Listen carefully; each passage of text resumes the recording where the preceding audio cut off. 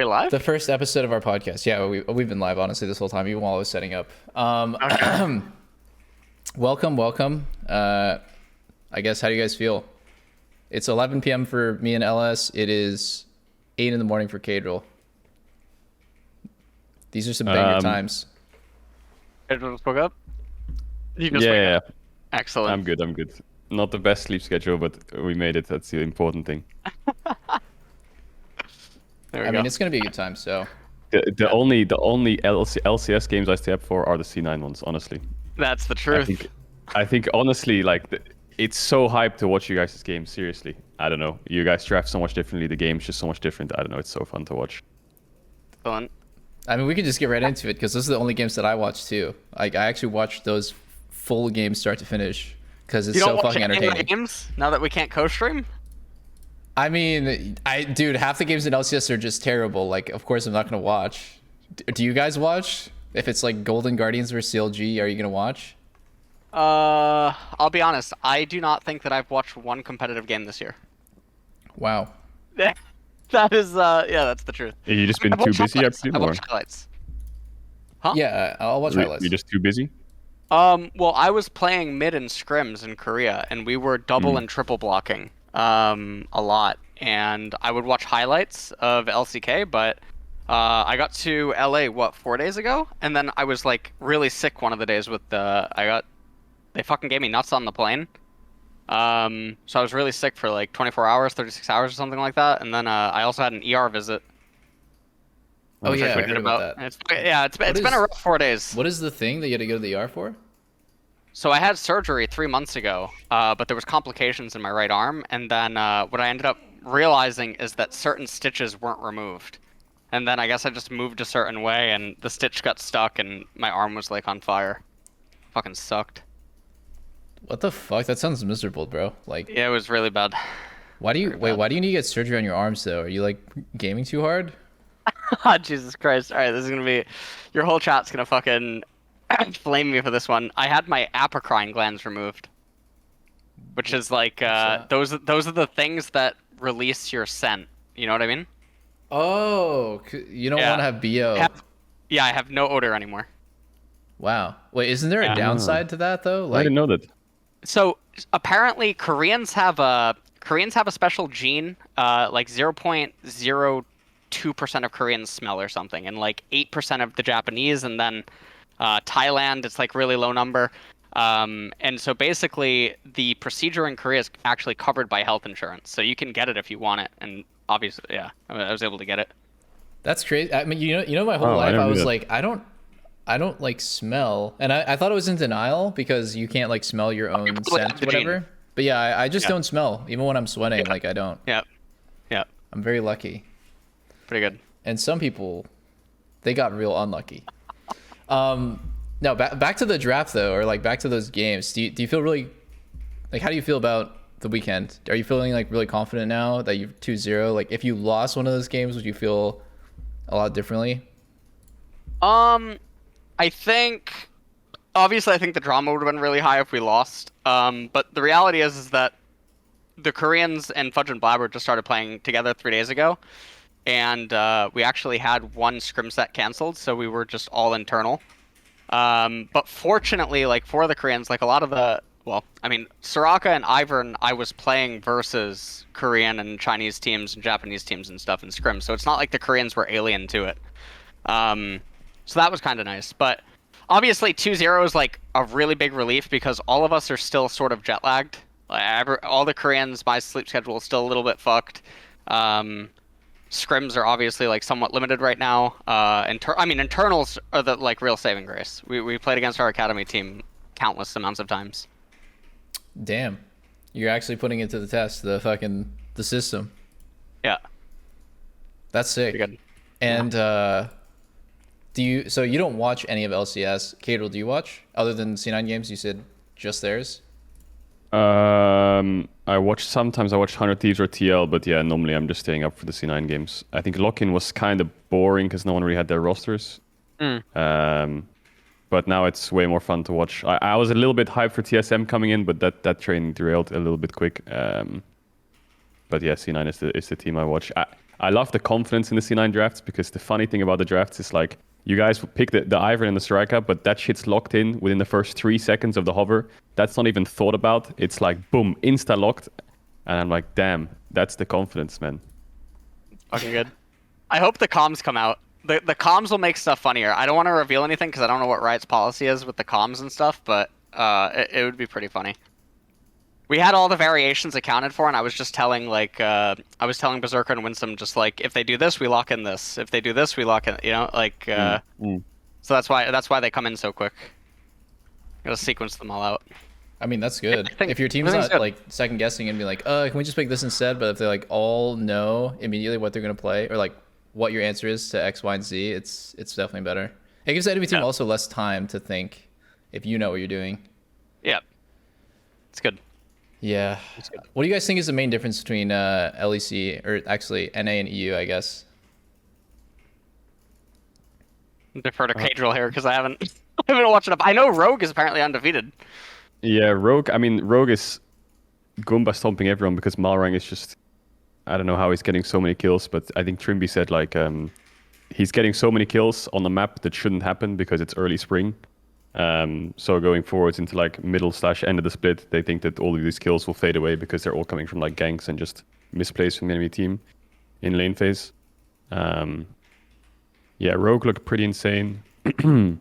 Fnatic have had up and downs. Humanoid's been inting a bit, but he's not bad. But I think overall EU is a lot more top heavy now. I think everyone's on the consensus that like the bottom teams got weaker and the top team got stronger, and the middle of the pack is always just a fiesta. What do you think about? How do you feel about LCS? Because I feel like the only decent teams are Team Liquid, EG, and 100 Thieves. It's other than C9. Sorry. Like so it's just like the Don't four. do him like that. Sorry. Yeah, C9 sucks balls. No, like it feels the exact same as every other season where there's just a handful of teams and everyone else is just like, it's a joke. Like it feels expected that you would win. It's just disappointing if you lose. Like you don't feel good beating those teams. At least when I was competing, it never felt like, oh, nice, we had such a good game versus like this random middle of the pack team. It was just like a relief that we finally got it over with, and it wasn't a loss. Dig, I guess?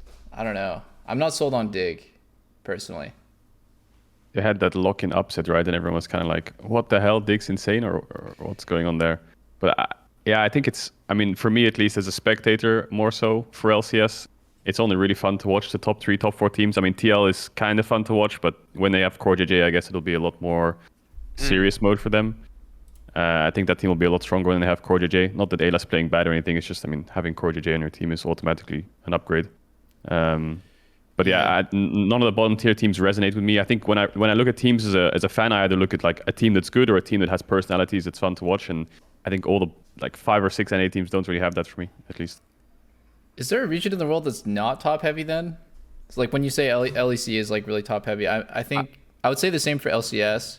Is it the same in LCK is top heavy, but I think the middle of the pack teams are still pretty damn good this year around at least. Like they got off the shaky starts like KDF, DRX, KT, but these teams are actually really good. Even Bro almost beat T1, which I mean they somehow always seem to do it. But yeah, T1, Genji, and Damwon do look a step ahead, and they are top heavy. But I think the middle of the pack is still really competitive. And at the start of the split, it was like, oh, DRX is going to be last place again. But they just got off to a really bad start, and then they started beating teams. So yeah, I think LCK is pretty fun. Fuck, man. I need to stay awake long enough to watch LCK more. It's definitely more enjoyable because the level of play is higher. And there's actually way more you can learn, but I don't know. Lately, I've just realized like half the players in LEC and LCS, I don't have too much like personal investment in watching. So I don't know. It just feels like it almost feels like more cool to watch LCK, and at least like I get to watch FAKER sometimes or Showmaker sometimes. People that I like have a lot of respect for. It's way cooler. Yeah, and the LPL is also really cool to watch as always, because like I mean, LPL is also really stacked. I mean, it's also kind of top heavy, but yeah, the top 8 teams in the LPL are always really good, and then the bottom 8 are kind of meh. But I think that's just the history of the LPL in general, and they took a break now, but still. Like, for example, top esports with like Knight, the super team kind of TN Knight roster is like 10th place or something. And TN got subbed out in the first 2 weeks. He got benched. So now they're playing with, I think they're playing with Zuo or Xiaopeng or something like this. And yeah, they're doing okay, but yeah, that team still is not even top 8. Dude, I can't watch LPL because I'm just waiting for Uzi to play. And it pisses me off that Doggo's playing so well. I don't know. Apparently they say never that plays he before can't play Lunar New before Year, Chinese New ever. Year. I don't know who the fuck made that up though. Like, is that real? What? I think I don't know if it's in his contract or if it's what he does as a person, but he apparently never plays before Lunar New Year, and he never has. So Really? everyone was like, where's Uzi? And this guy was just chilling in there playing with Doggo. But honestly, Doggo was carrying them really hard. They're 5th place right now, and Doggo was like, some of these games he was literally one-denying the games. The Affiliates game was crazy. I actually watched that game. I started watching because I'm like, finally, I get to watch Uzi play. And then they played Doggo. I'm like, oh, this sucks. But then I kind of kept watching because I had it open already, and like, he's fucking insane. I wish there was more, super mechanically talented players in LCS that are exciting to watch, but I think it's starting to happen. We have Berserker. I know, we have Berserker. Berserker. That guy was popping off yesterday, yeah. You said after the game that Berserker got his first day here, and he said he hated any solo queue. Do you have any elaboration on that? So I think he had played 10 games, and we had a team meeting the next day because they flew out like 32 hours before me or something like that. So they had landed, they had played their solo queue, and then once I landed that night, we had a team meeting, and we asked like Berserker how was in a solo queue and like climbing and stuff, and he like disgruntledly like looked down and looked away, started laughing, and he's like, I can't do it. I can't play. I cannot play solo queue. Yeah, he really hates it. He genuinely really hates it. I think Winsome also really hates it. So what we're doing right now is we have like 18 people on C9 that can do internals and scrims. So we're leaning on that really heavy, and then we'll see what happens with the super server because that's supposed to come out next week. So we'll see. Is it because of the ping? So, right? Is there the players? Is that a leak?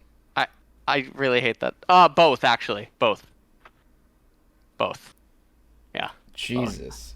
Wait, what was the leak? No, I don't know. Did I leak that? Okay. I didn't know if the super server was announced yet. Apparently it's today. It's been announced for a while. That's actually one of like the current events that we got to go over. Okay, cool. Yeah, Champions Queue opens tomorrow. That's not a leak. It's literally like, it was been news for like multiple days. What do you guys think about Champions Queue having a 400k prize pool, and our region being the only one with something like that? No, China has a prize pool. Oh, I didn't know that. Oh yeah, of course, because Dopa kept going across right and tried to win it all the time. Exactly. Yep. Yeah. China has. Do you know what the prize pool is? I think it's 150k for first. I think. Wow. Yeah, ours is 60k, I think, but I'm not 100% sure. That's not super bad. I mean, once it gets because most likely you have to assume an LCS player is going to get it. I assume, or maybe not. Maybe Chicago Andes or. Oh no, because the super server's hosted in LA. Right. So it's probably going to be an LCS player, which means it's going to get slammed by California state tax. So that fucking sucks. That's the first thing that comes to mind. It's going to get slammed. Yes. Unless Riot does what they did with lock-in. Riot made it so that the 150k prize for lock-in was after taxes, which I thought that was really cool. That is really cool. Oh wow, I know. That is insane. Yeah. But do you guys think it's funny that the Champions Queue prize pool, which is just a glorified solo queue, is bigger than the LCS prize pool, like for winning LCS finals, spring and summer split? Well, it's certainly a lot of money, I guess. I don't know if the debate should start with like, is the prize pool in the solo queue too high, or should the LCS prize pool go up? I don't know where to take that angle, but just in general, I think the Champions Queue idea it's so motivating for players, because once you hit Challenger, I think there's no real next step to push you to like look forwards. You just kind of sit in Challenger, grind in Challenger, go up and down the ladder to 1 KLP, a little bit down, a little bit up. You can try for rank 1, but most pro players don't really care about being rank 1. They just care about scrims and then just kind of practicing things in solo queue. Whereas now it's kind of like, I feel like the first thing that comes to mind is when you queue up in Champions queue, everyone's going to go on Discord. I'm sure of it. All 5 players will want to go into voice comms, and the games will be a lot more competitive. They will be sort of like solo queue-ish scrims, which you can queue up for voluntarily in your free time, which is amazing practice compared to playing against, like, as much as I think one tricks do push players to new metas, not playing against one tricks does help to practice more competitive matchups, I presume. Like if you're playing against Teemo Top, for example, you're not going to be able to learn so much about like how to play into Jace and Camille and these kind of blind pick tops. But it does take away the aspect of like one tricks bringing more innovation to the league, but still the competitiveness trade-off is probably worth it. Yeah, I agree. I think one tricks typically actually terrorize solo queue pretty hard because you just coin flip whether or not they're gonna get their one trick or they're the one roll, and if they don't, then you almost have like wasted your time. It's like incentivized for you to just dodge for them. So I hate that, and because I'm a streamer and I never want to dodge, I'm at such a huge disadvantage because if a one trick on my team gets banned out, I'm one out of the 4 people on my team I'm just simply not willing to dodge. So there's only 4 possible dodgers now. It's like, it's so fucking bad. Like I hate it. I'm sure that's normal in like European solo queue and Korean solo queue as well. But like one tricks in NA especially, I feel like take up such a huge percentage of challenger spots. It feels really bad. Well, also I think the fact that it's so kind of, it's almost like an invite only club kind of. I mean, you have like the academies and the LCS and all that stuff players, but it's very hard for toxicity to filter into it because it's such a tight space where if anyone is actually out of place, they're going to get called out by everyone. So you're kind of like, you kind of have to just shut up and play well and communicate and try your best. And rather than be like ego Andy or come in like, oh, you guys suck, stop griefing me. You're never going to have any toxicity on that server as well. So it's only going to be really productive, which I think is also really important. That's true. That's true. I'm going to have a good time. Are you interested in playing LS? If you could, would you play? So I don't know if they're gonna give it to me or if I have to play NA solo queue first because my rank on I don't know what the cutoff is, and I don't know if my rank on Korea qualified. But I don't even know what I got up to this season on Korea because I almost didn't play the whole year. That was pretty bad. So I don't know. I mean, if there's a way for me to play, then yeah, I'd play. But if not, I mean, maybe I have to play NA solo queue, but I don't know if I'll do that. Would you ever grind challenger in NA? I mean, I honestly don't know. I really don't know, to be completely honest. I really don't. I think that sounds brutal, especially if all players like migrate over and then I'm only getting to play like a few hours of solo queue each night or something.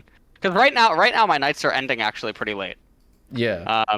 Which kind of sucks. I don't know all LCS team schedules, but I think we might be ending the latest. We're ending on average like at 11 or 12 a.m. or 11 p.m. or 12 a.m. Yeah, yeah.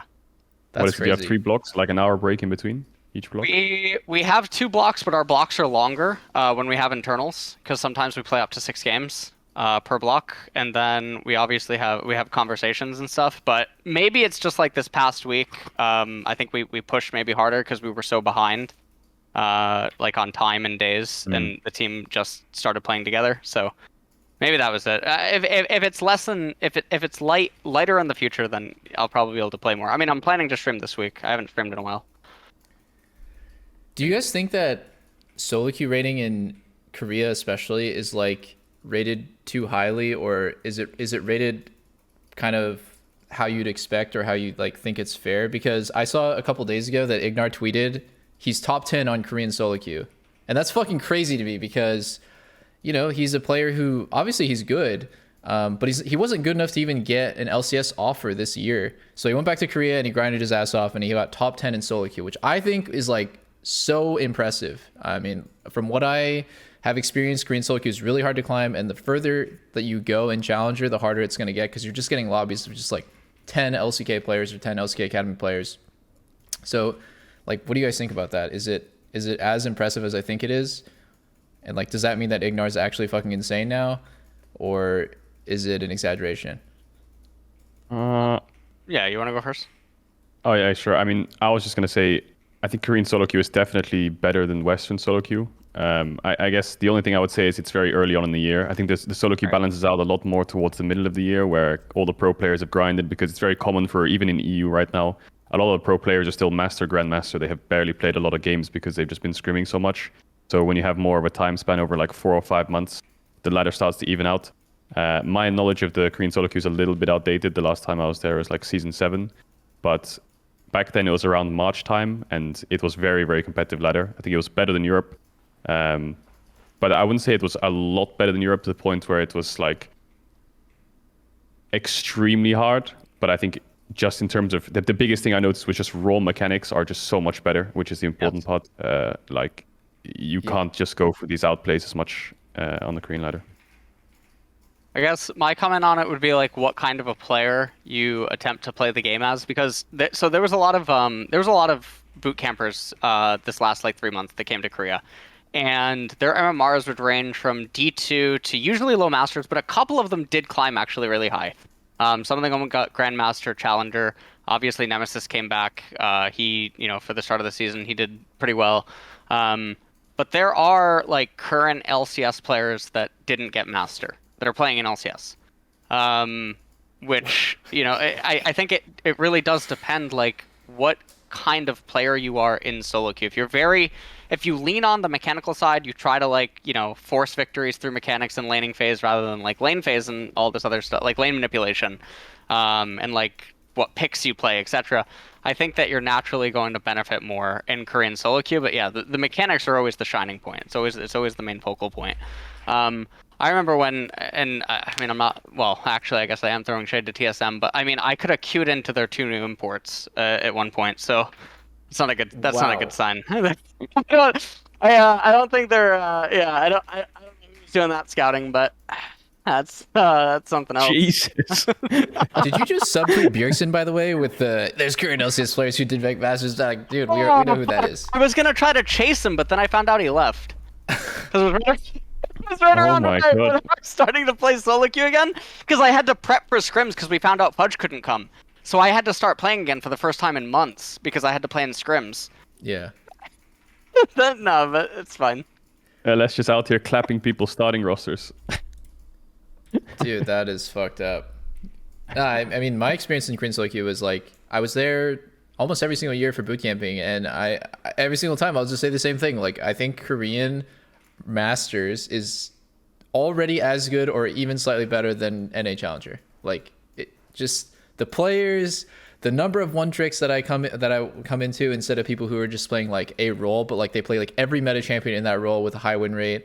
The mechanical skill, it just feels good. The only thing that really blows is, I mean, it's true. People just give up if the game is like looking lost, and I really don't like that. It's a bit hypocritical because I actually fucking like started eating in the middle of a game that was completely lost earlier today.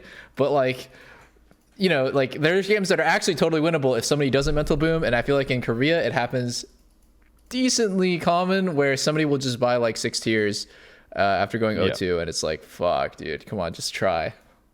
I remember in 2017, I went to Korea in January, and I peaked at like around rank 15, right on the ladder. And then 2 months later, I went to the States in April, and I got stuck at 300 LP, and I couldn't win a single game, and I was absolutely losing my mind. And the funny thing about I don't know, I just couldn't win a single game, and I just mental boomed. But the funny thing about Korea is like you mental boom, but your mental boom doesn't last for long, because like if the game's over, it's over in 5 minutes, and that's it. Boom, close it up. The chapter's done.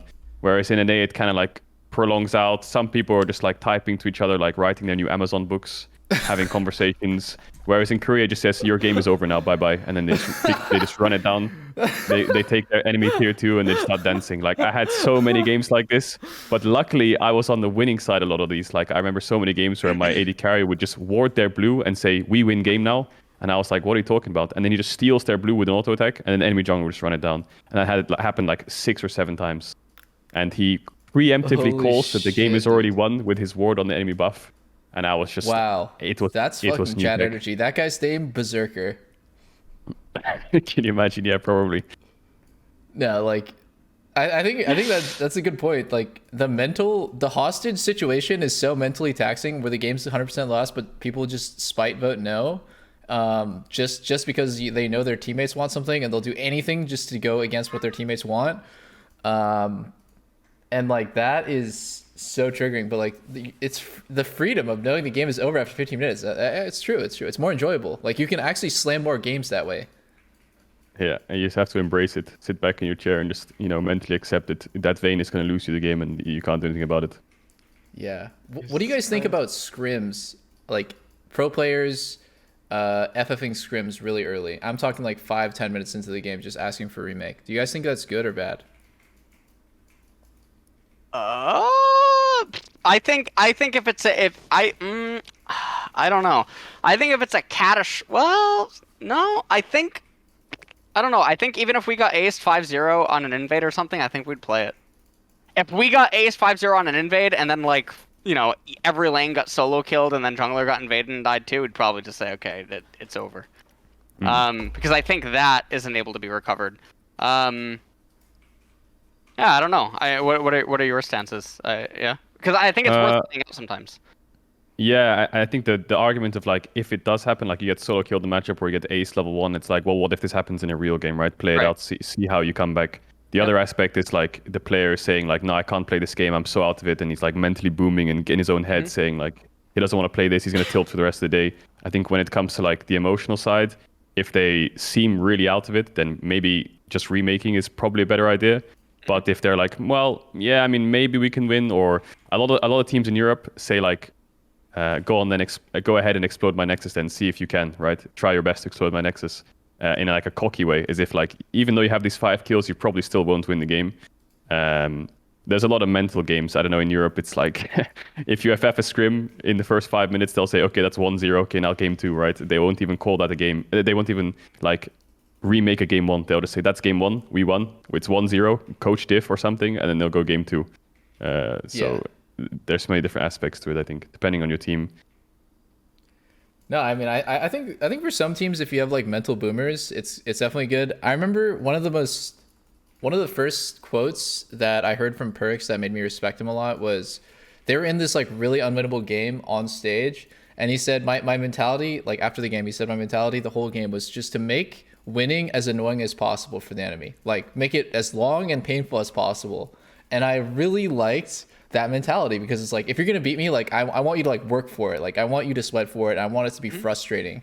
I really liked what he said, and I think if you are somebody who like mental booms after something goes bad in your matchup or like early game in scrims, it's just a bad look. Like you want to be like mentally tough, like you want to be okay with uncomfortable situations. So I was always kind of against remaking, but I think it happens a lot. It's especially happened a lot in LCS in the last couple of years, I think. It didn't used to be a thing, and then all of a sudden it just became this thing where games would last 5 minutes long. It was like, what the fuck?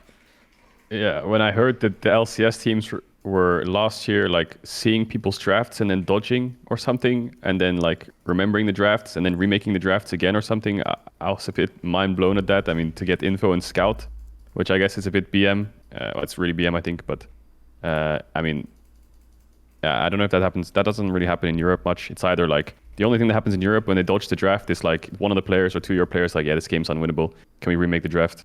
But yeah, so was it the Reddit thread? Was it Björk's? I don't know who it was. Someone was talking about it, how teams just kind of see their drafts and then just dodge. Draft scouting, yeah. I feel like TSM was involved, either calling somebody out or getting called out for doing it. But I forgot. Okay, I'll give you guys some juice. I'll give you guys some juice. So yesterday before LCS, we're all outside, and we actually overhear a team who we didn't scrim against actually mentioning Ivern and another pick that we haven't used yet. But I'm just thinking, what the fuck is like? You know, I'm like, I'm truly back in the land of the free, I guess. Like, oh my God. A team that we didn't scrim against was already mentioning Ivern, like that, Cloud9 might play Ivern, so that was really fucked. So had Ivern actually been banned or something on stage yesterday, probably would have tweeted, like something, like this is fucked. Like that is fucked. But I played against Copy's Ivern mid in solo queue, so he's not making it a secret that you guys are playing that. No, but he probably didn't, do it any justice from what I heard. I heard he ran it down. No, he ran it down. He ran it down. He did, yeah. There was drama like that once in Europe. I think it was Splice. Niski was on Splice, and I don't know who he was playing against in the playoffs best of 5, but they banned Veigar on 4-5. And they'd been scrimming with Veigar, and at the time, Veigar was not a pick. Like, no one picked it. And then Splice on stage were going to 4th pick Veigar, and everyone was absolutely shocked that it was banned. And after the games, everyone was like, how the hell did they know we were going to pick Veigar? Like, this is not a normal pick. It wasn't played in solo queue. We were scrimming with it, so... Yeah. This actually happened... 100% Oh, this happened to me on SHC. I think it was actually Perks leaked the Nocturne into Kassadin way back in 2014. Wow. Wait, yeah, you were that on was a Super Hot Crew in 2014? I was on Super Hot. So I had only been playing League for like 5 or 6 months at that point, and I joined Super Hot Crew as the coach, right? And we had scrimmed, I think, against Perks, and we'd let Kassadin open, right? That was like the broken Kassadin version, and we counterpicked Nocturne into it, and it was leaked. Oh, actually, it might not have been Perks. It might have been FFing. It's one of the two. It's one of the two. It's one of the two. I think Perks started playing in Challenger Series in 2015. Okay, and then it probably was FFing then. Could have been FFing, yeah. Yeah. There you go. I think he was playing in 2014. Yep. Dude, now that we're talking about old games, this is a great chance for me to ask you guys questions about things that happened in the past. So, I did some background checks on you guys, and I turned up some interesting stuff. I'm gonna be honest, I had no idea that Caedrel you'd been playing competitively for 5 years, 3 years as a mid laner, and 2 as a jungler. But while you were on H2K in 2018, you called Santorin one of the best teammates you've ever played with, and I was wondering why. Mm-hmm. Oh damn, you really have been doing some background checks. I don't know, 2018, 2017 days was like the era of the gaming house in the West. And I think I lived in a gaming house in 2017, and it was fun in Schalke. And in 2018, I met Santorin, and he was just a really, really kind person. He would always ask me, "Hey, you want to go for breakfast at a cafe? Have some lunch together, have a chat before scrims." And he was very like one of the first players who was super open-minded. I think back in the days, a lot of players had a lot of ego in 2017, 2018. Where it was arguments were very frequent, and it was not much control from the management to kind of manage those kind of discussions. But Santorin was always the guy, like, you want to go to the gym, you want to work out, you want to go get some drinks, go to a cafe. Like, I was like, damn, dude, are we best friends? Holy hell, this is insane. I don't really go out much. I'm a gamer, but sure, let's do it. That does sound sick. Oh my god. Yeah, no, it feels really good to have. I mean, his name was Hot Guy Sixpack. Yeah. Yeah, Hot Guy Sixpack. And while you're playing jungle for those 2 years, correct me if I'm wrong, but like, I think you had a reputation for being like more of an intuitive player, not like how you are perceived right now. Is you're a caster, you're an analyst, you're someone who is really thoughtful about the game, and your opinion, like, it carries a lot of weight. Like, people respect your opinion, they respect your thoughts on the game, on drafts, on the meta. But back when you were jungling, you were a bit of a psychopath. That's the kind of play style that... Oh, Ellis just fucking hardcore dropped the call. Yeah, he says he has sound issues. He's going to try and rejoin. Oh, okay. Well, it's all good. I'm going to move you slightly this way. Actually, I can't do that. NA production, guys. It's okay. Caedrel can be half of a face. Yeah, I can be half a face. But yeah, no, I mean, we can just keep going. Like, do you think that you changed a lot as a player, as a person over the years? Or do you think it was like kind of unfair that people saw you as a bit of like a coin flipper? No, that's fine. I think it's true. I mean, the first year I was just trying to play carries only, and I had this big jungle ego. Second year I had a really big reality check after we lost a lot, and I tried to become more of a better teammate. But I realized that my hands were falling off slowly, and playing like Lee Sin and stuff became difficult, which is ironic because now I play Lee Sin a lot. And what I would do more so is I would do a lot of out-of-game stuff where I would watch every league, see plays, tell my team about them, do a presentation, say this looks good, this looks good, this looks good. And then I just became... Oh, we're back? We're back. We're back, guys. We're back. We're back. I had no idea. Dude, what happened? But why is C9... Why is C9... Hold that thought, Caedrel. Why is C9 not providing you with fucking headsets and mics in your house? True. That is so troll, bro. Like, just, you know what I mean? Right? Yeah. You know it's troll. Wait, True. are you in the scrim room? Right now I'm in the LCS station. My apartment just got internet set up yesterday, but still no headset, still no microphone. So. Is it like a brand new apartment that no one else at C9 has ever lived in, or is it like they just like ran out of stocks? Like they just don't have any on hand. So it's like it's like a, I don't know what the fuck to call it. What is it called? Is it like I don't even know. It's like you have a big house and then there's like the little house for like usually like the butler or maid or person. You know what I'm talking about? I have like one of those to myself. You live which in the is really basement? Nice. No, not the basement. It's like a guest house. Yeah, a guest house. There you go. Okay. I see. They set me up with one of the guest house, which is really, really, really nice. But it's just not. It's not finished. It's not. Well, no, it has some furnishments to it, but not, not fully. Like I'm still just waiting on headset. Internet set up yesterday. Need a headset and microphone. I see. Yes. Dude. Okay, now I have to ask. Random topic change, but you living in a really nice house now. I was gonna ask at some point that this isn't your first time coaching in NA. You also coached Gravity for a short time in 2015, right? And yeah. And I had heard that you lived in the garage and it was a miserable experience for everyone involved. Is that true? That was dreadful. So the garage, so they set me up in the garage. So they offered me one of two things. Davis Vague was the owner's name, or whatever, right? He took me to like these apartments and like nearby, like a 15-20 minute drive away. And the apartments were like totally run down, super like slum looking area, and everything just looked really unsafe. I'm like, no, is there anything else? And they talk about the garage. Now the garage, so Gravity didn't throw out the trash, nor did they recycle. So the garage was stacked 15 feet high of garbage bags and like food and trash. And they told me that not only did I have to remove all of it if I wanted to live in the garage myself, so I had to pay a couple $100s for people, fans of like Gravity, to come with like a rented truck, pick it up and throw it out. Then I had to like set up like my bed and whatever else in there. And it was so hot, like every morning. I'd wake up, I was with my ex-fiance at the time who was Korean. So like, fucking alien, immigrant, whatever you want to call it. And like he's living there and he can't believe like what the fuck's going on, because we woke up one morning and it's so hot and humid and there's cockroaches in the garage. It was the worst experience ever. Fucking disgusting, dude. It was really, really, really bad. No, I had a lot of very bad experiences at Gravity. I had all my medication stolen from me. Were you there at the LCS party that Gravity hosted? No, I wasn't. Okay, Someone stole your shit? Yeah, I had my anti-anxiety medication, I had my Adderall, and like tons of other stuff just stolen. Because it was on my LCS desk. It was behind my monitor. And all of it got stolen, and then Davis Vague tells me that it wasn't stolen, that I just emptied the bottles and claimed that someone stole it. Wow. It was the worst. Yeah. I got some other Gravity stories. Maybe they're not appropriate for the show, but...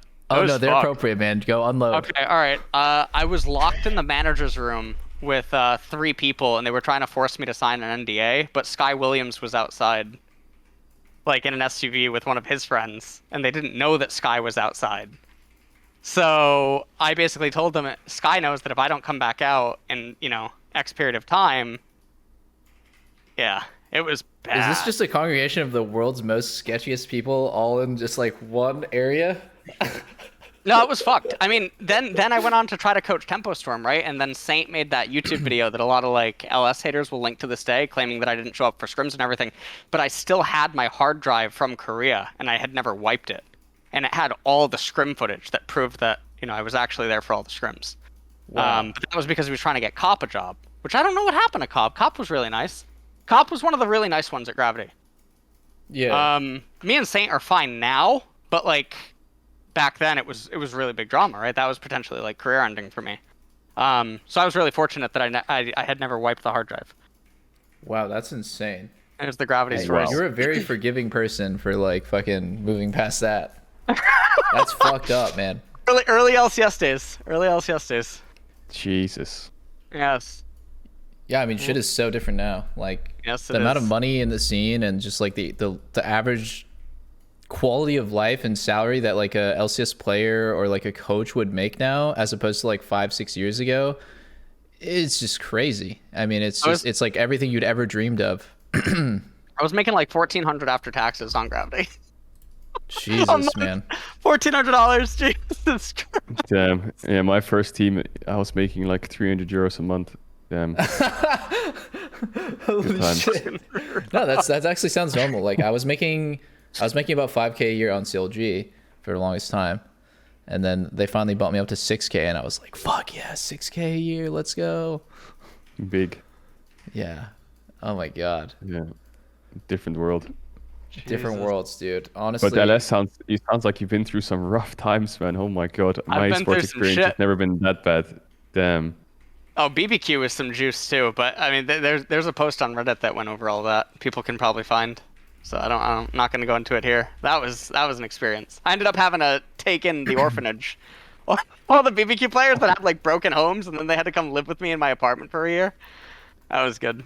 Dude, you've been through some crazy stuff. I mean, even just reading about a lot of the things that happened for you, like you were homeless for a period in your life, you were kicked out, you had nowhere to go. So you bought a one-way ticket to Korea with the last of your money. Is that true? So Gosu Gamers' owner, basically I had a monthly stipend. So my salary on Gosu Gamers for StarCraft 2 was $100 a month, and then I had $150 for travel, because obviously it just assumed I'm traveling within the US. Tournaments are every couple of months, so it just provides airfare and like motel or hotel, whatever. I asked him to take all of like the stacked up money, and then I asked him to, dip into like future months and just send me one way to Korea. And he asked me what I would do once I get there, and I said, I don't know, I'll figure it out. And so that's how I ended up in Korea, because I was living at Six Jacks, which was like the Evil Geniuses StarCraft 2 roster when EG transitioned to StarCraft 2. Some people broke off and made this team called Six Jacks, and I was living with Skew. He was a Terran player, and in Arizona. And his brother only let me stay there 2 weeks, and then I had to get out. And we came back from MLG Anaheim, and his brother and him were arguing at like 4 a.m. And I'm 17 years old, and his brother's just screaming that I have to leave and I can't keep staying there, and that Skew had lied about how long I would be there and blah blah blah. So I had to test for MVP, which later becomes Samsung White and Blue, and I had to test cross server. I passed the test, and I fucking flew to Korea. Damn. Yes, sir. That's how it all There you go. started? That's how it all started as a teen. I went homeless in Korea. Yes, sir. Dude, everyone's origin story is always so crazy to look at, and like, we've all had our like fucking our glow ups or whatever. I watched Caedrel's first interview ever, and I could tell you were so nervous. Like no one would ever guess that you could get that nervous in front of the camera because you're such like a natural now. But back then, like I'm sure you were just scared shitless. Like it was like your first time playing on stage, you're playing mid lane, and I remember you were like super humble in the interview. You're like, oh yeah, no, I didn't really do anything. We just kind of outplayed them as a team. Like you didn't even want to brag. Like you didn't even want to be cocky in your interview. It's fucking funny. I don't know, good old days. Yeah, I was a bit. I don't know. I think I grew up a lot last year, especially. I know it's very hard to grow up as a pro player. I think because when you're a pro player, for example, I didn't go to college or university or anything. I just kind of went straight into it. And you lose a lot of like social / life skills. I think that's what I've learned from taking a year of not playing now, because you're thrown into a gaming house with a team and your sole goal. And I think the only thing you really want to do is just play the game and get better. And a lot of people say age in esports. The older you get, the worse you get. I think from my experience, it's just your responsibilities change. Your scope on life differs, right? A 25-year-old wants to have a girlfriend, an 18-year-old is just wants to play the game nonstop, right? It's a one example. Or maybe you want to get married, get a house, invest, all these things. Like you're thinking about other things than just the game, right? So as your responsibilities change, maybe you just get worse at the game naturally, right? So that's what I've learned a lot over the last year. Is just kind of how to grow up and mature a bit. Because the last 5 or 6 years have just been Red Bull, grinding 15 hours a day, gaming houses, and never washing clothes. Whoa. I don't know about that last one. I was following you until never washing clothes. You're a Dude, stinky using boy. the washing machine as a fucking gamer is the hardest thing ever. You can ask any pro. It's like it's a fucking spaceship, man. It's a spaceship. So it's you gotta stretch the clothes a couple days.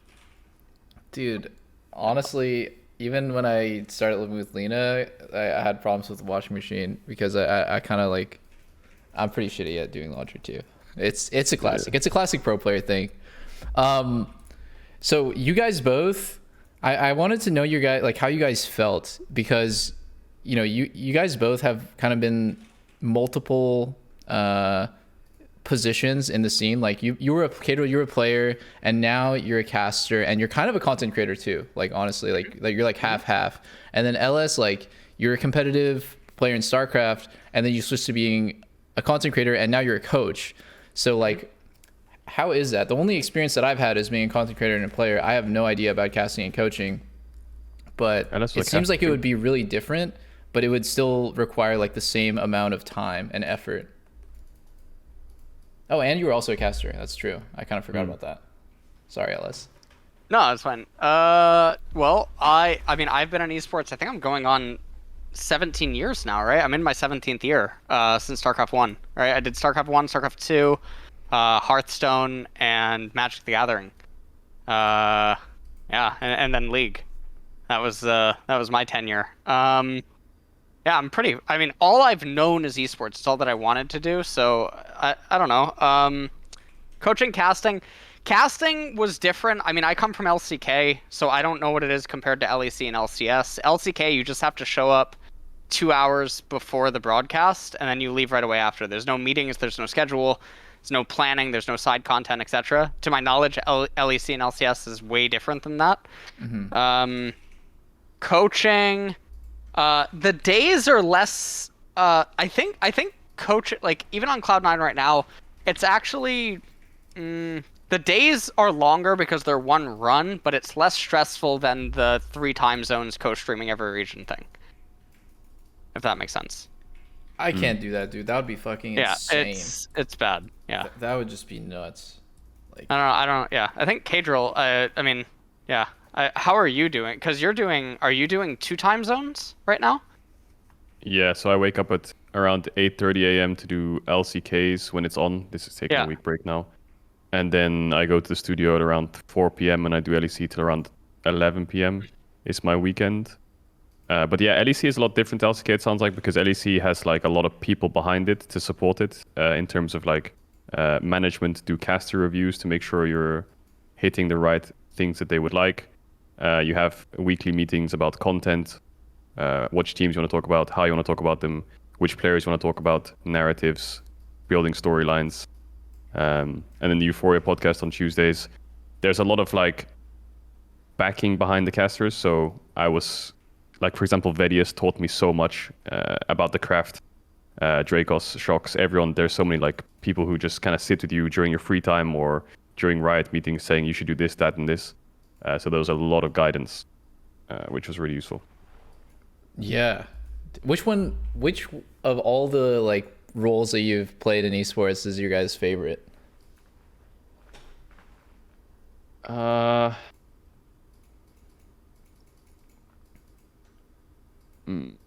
Younger me would say playing.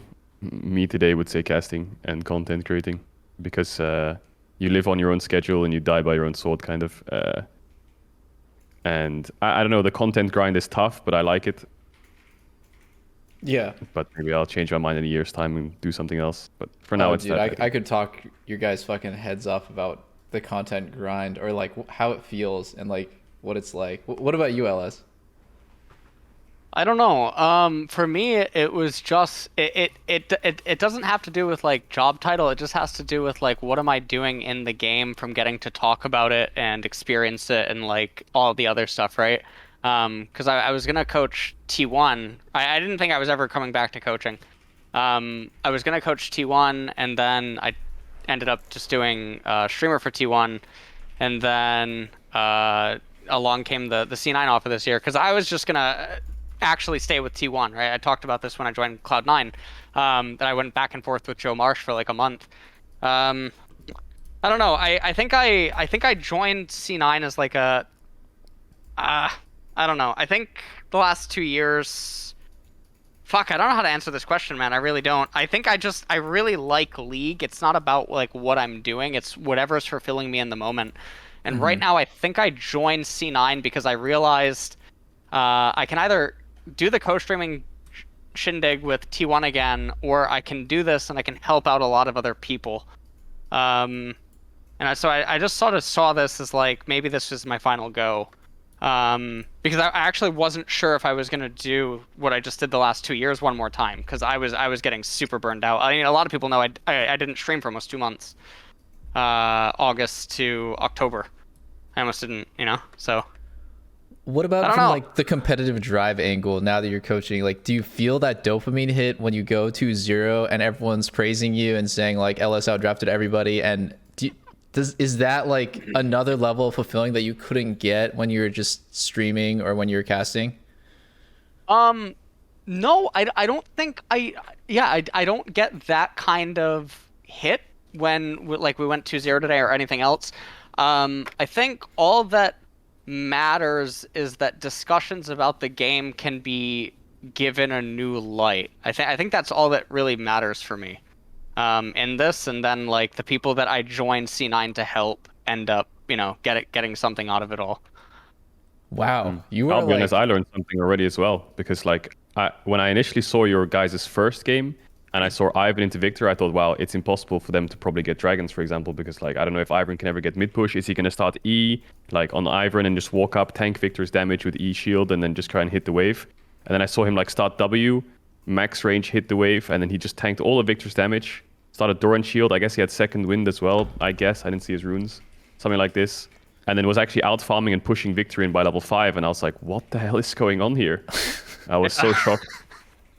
Ivern's pretty good. I think a lot of people are surprised about Ivern. A lot of the I played Ivern a lot in the Korean scrims, and I think it was just a pick that I was just blinding into anything just so I could understand, like what is going on. The Doran's tech makes him pretty unmovable, like even for the premier champs right now. So that's kind of nice.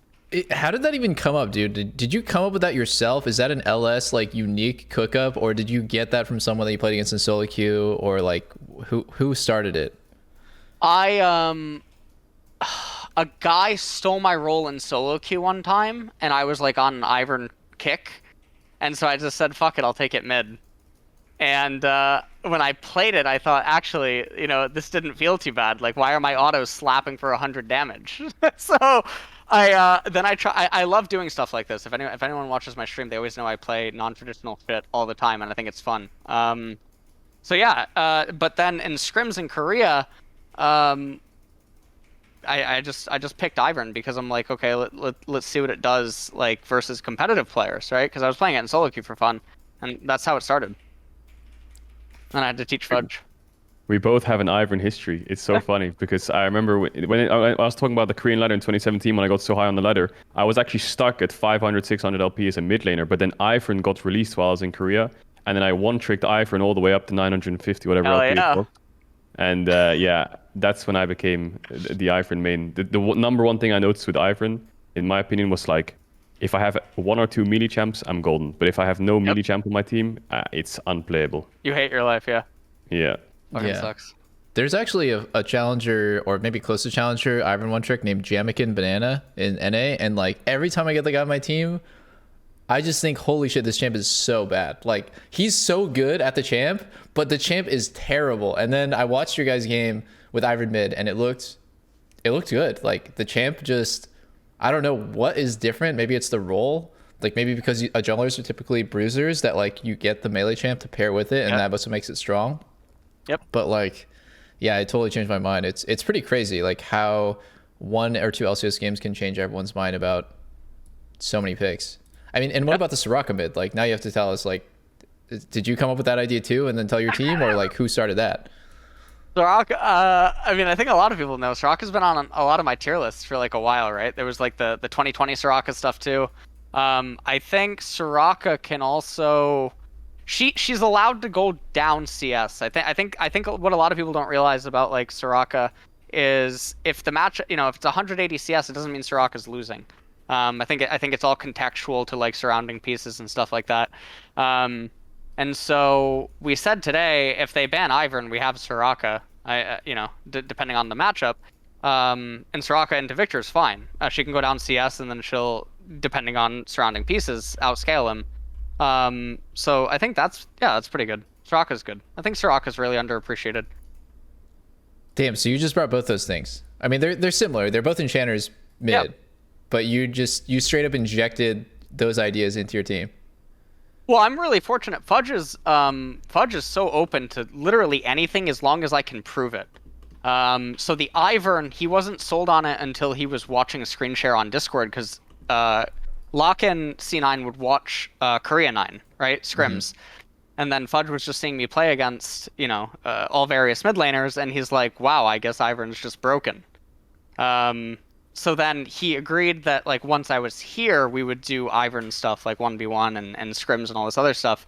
And so, yeah, after I got... Fudge literally started practicing Ivern this week, 3 days ago. Whatever it was. So that's pretty good. But Fudge is really super open. You guys are really going in, like, I remember he tweeted something like, didn't play Soraka in 2 years, started playing Ivern this week. Like, you guys are making fun of everyone with these picks. Not even practiced. What the hell? But Fudge, so today we actually had an entire I just walked in today and we're like, okay, Ivern's actually probably just gonna get banned. What about Soraka? Now Fudge hasn't played Soraka at all. He hasn't played it once in Scrims this week. Hasn't played it in January. Hasn't played it at all. And then I think he did about maybe a dozen or more 1v1s against Copy for maybe about 2 hours straight. And then I said, okay, let me sit down. I'll play against Copy for a little bit. And we tried different stuff with, we went through all the items, went through all the runes and stuff. We had Victor change his runes, his items, etc. I tried doing different things with the wave level 1, and then we just said, fuck it, okay, if they take Victor in like these spots, then we'll just Soraka. Yeah. That is pretty much it. Fucking crazy that you play so many games against pros. With how much you scrim against pro players, like how often does it cross your mind that you maybe want to be a pro player yourself? Like, do you think you could? Is that something that you're interested in? No, I don't think so. No, it's not something I was. Well, actually, I mean, true story. When I first started playing League, it was season 4. I lost my my top lane tryout on Prime Sentinel to Khan. I was a mid player. Yeah, I was a mid laner, and I had to try to role swap top lane because I was trying out for Prime Sentinel, and Khan was trying out too. I didn't get the tryout, and then you could have fucked over his career, dude. You messed up. Jesus. And then I stopped playing for 2 months, and then I came back to do coaching with SHC. Yeah, I see. Do you Caedrel, do you ever have like the thought of going back to playing? Like, you watch so many games, you see like the emotion on the players' faces, and you ever feel like, fuck, just put me in there, I could do so much better, or like you're it's way past you? No, I do want to try my hand at coaching at some point though, but in terms of player, I think I'm too washed. Like, I tried to get Challenger this year, and I just did it like today, but I had to one-trick Zilean mid for like 50 games in a row, and I'm telling you, LS, buddy, Zilean mid is actually insane. That shit Zilean's the juice. That shit is busted as hell if you want to get a pick in there. So no, I wouldn't go back to being a pro. It's so like, not in the headspace I'm in. I think it's a very not so much a mental thing, but like the life I live now, I wouldn't be able to jump back into pro play, I think. Yeah, have either of you two ever taken really long breaks from the game and then tried to come back and play? Define really long. I've taken 2 months. Like I think I took a 9-monther. That was fucking brutal. Jesus. You just came back and you're terrible. Oh god, for like for like hundreds of games, you're just absolutely terrible. Yeah, I came back after 2 months. I've never been super high on Korea though either. I've never hit Challenger on Korea. I think that's a common misconception. Like, sometimes I see people defend me on Reddit or like Twitter, and it's just like a total lie. I've never hit Challenger on Korea. Highest I ever hit on Korea was Grandmaster. And like, I've never been super high on Korea, but I take so many breaks because it's so hard to keep doing like casting, co-streaming, all this other stuff, and then also play the game. So I frequently take like multi-month breaks. I was just curious if either of you two have done multi-month breaks and then come back and play. I've only really done like 3 weeks, but it's just like, I don't know how to explain it. I don't know if you had this feeling when you came back to the game, but your brain still knows how you should play the game, but you can't Yes. physically do it. So you get Yes. incredibly frustrated Yeah. at yourself, and you're like, you get Yeah. so mad, like, what the hell am I doing? And that feeling I hated so much that I never took longer breaks in like a couple of weeks. Yeah, that is the worst, dude. Honestly, one of the worst things. I don't know how often you guys like play League on stream, but one of the worst fucking feelings ever is Twitch chat backseating you while you play, and like 95% of the time they are either like wrong or like it's only like partially true, but then 5% of the time they're actually right, and that's when I'm so sad. I'm just like fuck, like I don't care if like an idiot just like comes in and gives his 2 cents and it's like totally wrong, but like the 5% of the time that somebody actually comes in and says something and I was like, damn, that guy's right, like I should have done that. And then I'm just like, fuck, man, like I don't want to stream anymore, like I need to turn this shit off. Oh fuck. Yeah, Twitch chat's funny after the first few games, but when you're 7 games deep, you're fucking 1 win, 6 losses, motherfuckers writing the same things over and over. That's when it starts, you know. Yeah, no, it's time for sub mode. That's the fuse. Shit. That's the secret deck. People have like 6 incognito tabs open, copy pasting their own messages on different accounts. I'm convinced that Twitch chatters have hotkeys key-binded with macros that spam certain emotes, because like some of the copy passes that come out within the first seconds of a meme being told, like it's record speeds. Like the Doin BCS hack just comes out at a snap the second it's mentioned. I'm convinced their whole keyboard is like leathered with RGBs and different buttons that have macros on them. I'm sure of it. No, I mean, dude, the speed at which somebody types -1 when I miss the cannon, it's only like a fucking robot. There's no humans there. There's just robots. It's disgusting. I mean, you guys both have like pretty huge fan bases. I would say there's probably not too much overlap. Like I feel like LS's fan base is, I mean, I don't know if you agree with this, but I feel like a lot of people are like ride or die with LS. And like the way that you portray your ideas, it can be pretty polarizing. I mean, I'm the same way, right? Like people either love my content and they love me, or they fucking hate me and they think I'm a douche. And I think what's like really interesting is like, do you guys ever envision a world where, you know, you're like 45 or 50 and like you're just not in the public eye anymore? You're just not a public facing person. You're just living a quiet, normal life. Yeah, Angel, you go. Definitely. Okay. Definitely, yeah. I don't know when that'll be. I don't know. I think that's the weird thing about esports. It's like you never know when it's just gonna stop, because, for example, for me, all my content's League of Legends, right? So if League goes down, I'm going down with it. I guess, unless I find another game or whatever. So yeah, I think it's the thing. It's in the back of your mind. It's like, what would I do when it stops, or when I stop? You know, I can envision myself being out of the public eye, but I don't know what the hell I'd be doing. I mean, my future is like playing the League MMO and then telling someone that's my item, pointing at like a fucking Leandri's mask on the wall, and then the kid saying, "Holy shit, you're old." He's like 12, like pushing 40 or something. Like, Yeah, you're playing games on a screen, and he's playing in like an AR 3D dimensional world in a simulation or something in 40 years. Jesus Christ. Soon we'll be the boomers, guys. For me, I mean, like I said earlier, I think this is my last hurrah, pretty much no matter what, until League MMO. I think League MMO is probably my pivot, and then whatever happens with that is what happens with that. I think that's the unfortunate reality. No, I mean, I have no idea, but like a lot of people ask me about like Warcraft 4 or StarCraft 3 or something like that, because I have the RTS background and stuff, and I'm just not interested. Card games and stuff like that. Like I qualified for a Pro Tour in Magic and I couldn't go because of like visa, but like what I realized is with card games there's a frustrating element to it that you just have to be really consistent because the variance is so high in them. And that's just not something I want to do. Like I can't see myself playing another game. I think the MMO is like my last one. I don't know about you guys. Like, do either of you want to play the MMO? You don't play any other games, period. There's just League. No, nothing. I only play League. What about you, Caedrel? Yeah, I only play League. I only ever play League. Sometimes I play like variety games every now and then, but mostly League. But I used to play so much World of Warcraft, so maybe I'll hop on the League MMO as well. See how it is. Dude, that's insane. Random side note: Lost Ark comes out like tomorrow, and that's an MMO that everyone's hyped for. I don't know if you guys have heard of it. but it's. It's been in Korea forever. Oh, you're right. Yeah. Well, Yeah. Western release, bro. EU servers. There you go. Sorry Try about that. Yeah. So you guys don't play any other games. So what do you guys do for fun when you're not grinding content, like watching VODs, working with your team, fucking, doing podcasts? Like, what do you do for fun? A day off? What do you do? Day off. Well, my days off are, one of them is doing Euphoria podcast, the other one's the Riot meetings. Otherwise, I'm just co-streaming, playing League. Sometimes, I mean,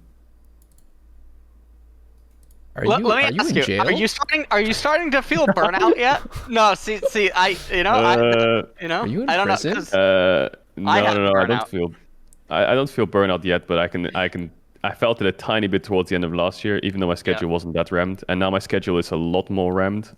So it's on the horizon. Yep. Yeah. Fucking sucks. Really sucks. I mean, that was my 2-month break this year because of burnout. I didn't know what the fuck I was gonna do. Well, what did you do on your 2-month break?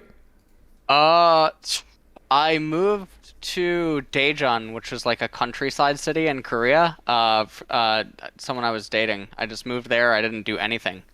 I just lived actually a totally normal life. I didn't look at Reddit, Twitter, anything. I was just totally normal.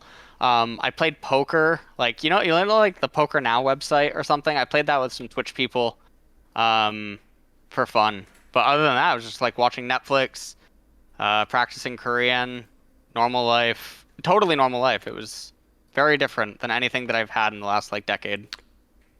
But And then I for came back me, for when World. I live a normal life, I get really bored really fast. Oh, I was bored. Yep. Yeah, like I feel so unfulfilled. Like I'm not fulfilled in the day unless I've done something productive, and that can be like streaming, or that can be whatever it is, going to the gym, doing something social, fulfilling my like friendship quota to be a good friend. But I just feel so weird. It's like the normal life it's not normal to me. It's fucking abnormal as hell. Like it just doesn't fit me. I don't know if you guys feel that way, but maybe it's just from years of living the esports life. Yeah, I feel like after a stream, I feel rewarded, as if it's like I don't know what it is, like something off my chest kind of, or like off my shoulders, like a pressure, and then job done. Yep.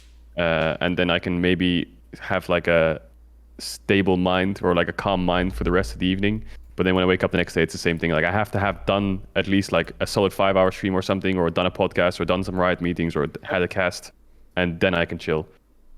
That's how I feel. I'm the same way. Like I was gonna ask about, it's apparently I didn't actually figure this out myself, but apparently you played YuGiOh and Smash competitively before StarCraft? YuGiOh. Yeah, I played YuGiOh competitively. Oh, okay, so the Smash thing is did a you wash. play YuGiOh? The Smash thing was like I played competitively for my state, but like not on a regional or national level. And like, Oh, YuGiOh was my jam. Yeah, I quit before synchros. If anyone watching understands what that means, I had I had Crush Card Virus when it was like $500 card. Felt pretty Oh, blessed. Crush Card Virus, yeah. Yes, sir. dude, I never got had into Yu-Gi-Oh, that. but it looks sick, and a new Yu-Gi-Oh game just came out. And assuming you had fun playing those games back then, like, do you ever want to go back and play those games that you played previously, or is that chapter just like over for you? I like playing. So whenever Wizards releases like a new draft set on MTG Arena, I like queuing up and playing some drafts. I have a lot of fun doing that. I do miss old times. I saw Yu-Gi-Oh release some fucking PC thing, right? With it's like Yu-Gi-Oh Online, right? With like a really nice client, and apparently they announced that they're going to have legacy formats. So I was thinking like, okay, if they actually have pre-synchro era like cards or like a set, I'll probably stream that. That was really fun. I mean, I think it'd be sick. I think people, I don't know, man. I'm always so curious about what people do in their free time. Like, because when you're in this lifestyle, every second of every day, you could be being productive. It feels like a waste of time to have fun. But Do you play poker, Doublelift? no, I suck at poker. Like I Is know it- how to play, but I'm so Dude, bad. when Mickey came from APK from Korea to Yeah. Berlin, this guy was an absolute poker addict. He would clean me Really? out. He would clean me out nonstop. He'd like to go to the casino and like play poker competitively and stuff. Like this Holy guy shit. was so good at poker. I can't believe I got tricked into playing poker for real money against that guy, and he just cleans me instantly. Blabber told me yesterday that he played 2040, and I'm like, holy shit! Now I'm thinking I have to go to fucking a casino with Blabber or something. Yeah. Dude, So- speaking of Mickey, I just have to tell the story of apparently he's scrimming Bjergsen, he's scrimming TSM, and I think he like dies to a gank at level 2. He rage quits the scrim right then and there, goes to his room. The next day he's on a flight back to Korea. Like that, like I don't even know if people remember that Mickey played in NA, but like he had the most abrupt exit from LCS I've ever heard. It just, and then for the longest time, apparently, like I wasn't on TSM at the time, I was on TL, but apparently, you know, everyone was just memeing that Bjergsen sent him fucking home. Too funny, dude. What Too happened funny. to Mickey? Wait, let me look I this played up. with him for a year, and I think he went back to Korea. But in the year that I played with him, the thing I learned about Mickey was like he was very self-destructive in a way where, like, if something went wrong or like if scrims went bad, he would never take a break. He would just like, or if he was on a huge losing streak in solo queue, he would just be like a little bit sad and just keep going non-stop and just grind it out. And Yeah. sometimes he wouldn't be able to grind it out, and he would just end up being really sad. We had a couple arguments, nothing like insane, just standard esports stuff. I remember there was one where I'm playing Lee Sin and he's playing LeBlanc, and he wanted a mid gank, but I was diving bot, and he was like screaming. He paused the game like, "Why the fuck didn't you dive mid here?" Really? That was probably the only like bad thing I had. Yeah, A little different than Santorin. yeah, a little bit different. But I'm a very calm person, so I was just like, I mean, I got a little bit frustrated, of course, because if there's someone screaming at you to fucking dive mid, like. Yeah. With a pause game, of course, it's really annoying. But yeah, I think the No. situation could have been handled better, but he was good. The problem with Mickey was he was very impatient. Like he would pick a champ like Pantheon mid, and he'd say it's super OP, but then he'd be like level 11, and he'd say, "Guys, we're losing the game in the next 5 minutes if we don't do something." And then he'd just ult onto someone on their inhib, like even though they have a mid tier 2, and just die and be like, "Well, guess the game's over then." Jesus. Okay. Yeah, that was his mindset. I remember we took a top inhib at 21 minutes, which of course was a little bit int. And then he says, guys, we will lose the game in the next 2 minutes. So we're diving them on their tier 3s. And, or their tier 4s, their Nexus. And then we dived them on their Nexus and the game was over. And we lost. Yeah, weird. Dude, what you're talking about is like the human element of the game, just like people's emotions, people's like just being humans, you know, like getting frustrated, getting tilted, or like just being wrong or just making mistakes. And it's perfect time for me to ask about kind of, I want to know what you guys both think about the draft philosophy of, should you draft in a way to account for human error? Like, should you assume that both teams are not going to play like the 2 best teams in the world and execute perfectly on their win conditions? Like, should you kind of play like scaling, play a more easy to execute comp, or should you just always strive to be the most perfect team that you can be? Well, human error. So this has been one of the things that, I mean, I actually found old clips of myself talking about stuff like this, right? To cite against people that think that I think everyone's robotic or something, right? Human error occurs, but obviously, like, all of us here have seen scripters. So we know that humans can't play to a scripter level. Otherwise, like, statements that, you know, I myself or others would say would be totally different. Like, oh, Xerath fucking B1 every game. Karthus must ban or something. You know that mistakes will happen, but you can't know exactly when or where they'll happen. Like in the game. Mistakes will happen, that's a given, but you can't pinpoint where and when. So I think accounting for them in specific instances, I think is kind of silly. I mean, that's my stance on that. I, however, like coming from the RTS background and seeing, I think I talked about this in one of my last streams, I come from many patchless games, right? So seeing like iterations of a strategy in 2005 be completely obsolete by 2008, despite nothing having changed. I'm always fascinated by boundary pushing. So I always want to try to skirt the line and find like what's next. And I think that when you see something done consistently enough by human players, and it like wasn't a mistake, it was done intentionally.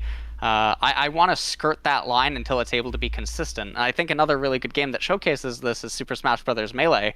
I think like one of the best players in the world right now is named Zane. And a lot of stuff that he does in modern Smash on Marth is stuff that, you know, less than a decade ago, people were like, oh, you can't do it. You have to be too frame perfect. Or you have to be too clean on Marth to do this. And so these matchups are unplayable, or these matchups are skewed.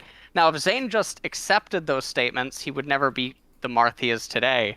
But he kept practicing those impractical Marth techs and all this other stuff. And, you know, now Marth is changed. It's sort of like the Osu players as well, right? That boundary push in Osu or whatever. That don't accept standardized things. That's my stance, anyways. Caedrel can go. Yeah, I agree. I mean, I think every patch. I mean, there's patches every 2 or 3 weeks, right? So the pro meta changes a lot. But I think the easiest way to kind of envision it is maybe the viewer doesn't see this, but from a pro side, every single time it's a big patch, teams come into the weekend with 2 different scrim metas. Like, one team will have scrimmed with, let's just say, I don't know, Corki mid, for example. Like, Corki's back, it's OP. And other teams will already have had an answer to that and an answer to its answer. And you're just like, wait, hold on a second. How are these teams like already so far ahead of us in scrims? Like, and then you already come to the weekend, you lose your game 1, and you're like, well, shit, throw everything out the window because I think they're 1 step ahead of us. And then you have to theory craft your way back against it. So, I mean, League of Legends just has like very minute versions of that, where I don't know, if it was Smash for like 10 years in the same kind of meta or same kind of patch, then you have so much time to explore. But League only really allows you 2 weeks or 3 weeks to explore what's good and then move on, close that chapter, throw it out the window, and maybe come back to it another time when changes come around to suit what was changed on that patch.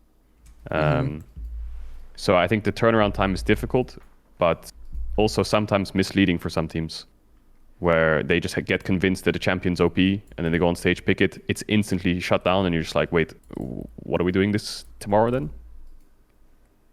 Yeah, I think you both have pretty solid, like, understandings, like pretty solid arguments. I kind of agree with both of you, but I watched a video of Caedrel. You were watching a C9 versus TSM game, and it was the game from last year. It was not an LS draft, where C9 picked triple winning lanes, and they got super ahead, and TSM was playing like a Hecarim comp that was like really fucking easy to execute, but they just were losing like 10k gold down, and C9 made one mistake, over pushing a lane, got caught, and then the game was just completely over because they can't 5v5. And I remember you're saying that, you know, potential for the human error it's really important. Like, you have to take into account that your team might throw and like give yourself some leeway. But on the flip side, you could say that if C9 just played a little bit better and just didn't die, they just win. They win that every single time. They just have 3 winning lanes, 3 pushing lanes. How can TSM ever find an opening to come back? So what do you guys think about that? Like, Ellis, do you remember the game from last year? I mean, you probably don't watch any LCS, to be honest. So I don't. What do you mean? You I co-streamed. Oh, that's true. Once. What the fuck? I don't fully remember the game, but I think a lot of players, coaches, analysts, whatever it may be, overlook the root of a problem. Like, for example, if you're in that bot play, let's take, for example, I don't know what happened where they threw, but you know, the pro player might come out of that plane and be like, if I eat forward and hit my Q here, then we would have won the fight. And it's like, well, yes, but let's dig a bit deeper. Like, why did we even lead up to this fight in the first place when we're so far ahead? And then how did it come to be that we got that fight in the first place? And why are we in a game state that allows this to even happen in the first place, right? So I think digging deep is really important. And you can look at the surface of a problem, like the tip of the iceberg, and you'll never get to the bottom of it, which I think is the first step to kind of progressing the team. Like, if they're sieging a bot tier 3 when you have no Nash, for example, and Nash is spawning in 2 minutes, and then they throw all die, and then they give them over Baron after like a minute of sieging and not getting anything, and you say to me like, if I hit my Q here, we would have won the fight. It's like, well, yes, you can say that, but why the hell are we even sieging bot when there's 2 minutes till Nash? Why are we even like sieging in the first place if we have no way of even diving them or hitting their tower, whatever it may be? Just a random example. We should be setting up topside for Nash or whatever, or like this is how the game should be played, rather than being in this situation in the first place, right? Yeah. I mean, dude, you could talk honestly endlessly about the situation, the practice that led the team to believe like certain things to be true about the game, you know, like how it could be different, how a different team would play that, or like how perfect players would both play if you just put in 10 scripters, how they would play it. It's so interesting. I just love talking about League. Like it's so funny because it changes every 2 weeks, and then you have to slightly update your game knowledge every couple weeks. It just always feels like you're trying to solve a puzzle. Yeah, and I think the most recent thing is the objective bounty thing, which came in. Everyone thought they knew the surface of objective bounties, but I think even still, there's a bigger problem to be solved and kind of deciphered from objective bounties, because there's so many different ways you can play the game. And as frustrating as this Janna top meta is, and as much as objective bounty doesn't have the full story of how the Janna top works, like for example, I think objective bounties for Janna top is like plan B. Plan A is get your bot lane so far ahead that you're even in a gold state. And then that's that's how you're winning the game, because you're just basically playing 3v2 bot. Your bot lane wins, they're unlocked on the map, and you just start snowballing the game from there by just laning with them almost, but not taking experience. And then if worse shit happens and you fall behind, human error, whatever it is, then you have objective bounties, right? But I think there's still a lot more to explore there as to how you could abuse it or find ways around it. Do you guys have a desire for like the Janna top, Janna Karma Lulu, Sona top thing to exist or to go away? Do you have a preference? No, I was sad that Funnel was hit the way that it was. I don't know about your guy, you two opinions, but I don't know. I think stuff like this is cool. Because patches can affect like what's viable with it, right? I think these alternatives should be allowed to exist to some extent. The problem is obviously Riot will never agree, right? Because it also impacts solo queue and stuff. But I'm fine with it. Yeah, I think stuff should be explored. Yeah, I think it's fun in a pro environment to practice it and stuff like this. I think that just the frustrating thing that you're always going to have in the game is once it's shown in pro, it's going to happen in solo queue, and once it happens in solo queue, people are just going to get so frustrated because half of them have no bloody clue what they're doing. They're just running around losing you the game on purpose, and then you just get really mad and you say removed from the game, which I might have done last week. But that taken out of discussion. Yeah, it's just a case of like these things in solo queue, people just get really tilted by, I think. FAKER just played Soraka a few hours ago, but wrong runes. He doesn't even know what's going on. Yeah, honestly, gotta message Joe Marsh after this. Do you think he got from you? Wait, let me have a look. What was he running? He actually he took the wrong runes, and he also took wrong summoner. But it's fine. At least it's like. True story. At T1 we were having a VOD review. And I told FAKER that I think Soraka's broken, and his eyes lit up, and he smiled, and he turned to Teddy, and he's like, "I told you." That's funny. I told you she's good. That is funny. Holy shit, dude! You got on the same wavelength as FAKER instantly. That's hilarious. So, let me ask, playing next on Wednesday. If they're slamming a Soraka B1 or B2 or something, oh man. Jesus, you're gonna fucking freak out. What if you watch World Finals and it was FAKER versus Joinby and they're playing Ivern versus Soraka Mid? Like, jeez, no, Berserker. So Berserker often goes on Discord with a lot of the T1 players, and they make fun of him, like playfully about like the picks that we're doing in scrims, because Berserker talks with them about them. So, it is pretty funny. The T1 players do get a kick out of it because some of them do watch the games. No, I mean what I mean is as a spectator. Yeah. Wouldn't that feel like a fucking huge shame? Or no? Like you would enjoy it anyways.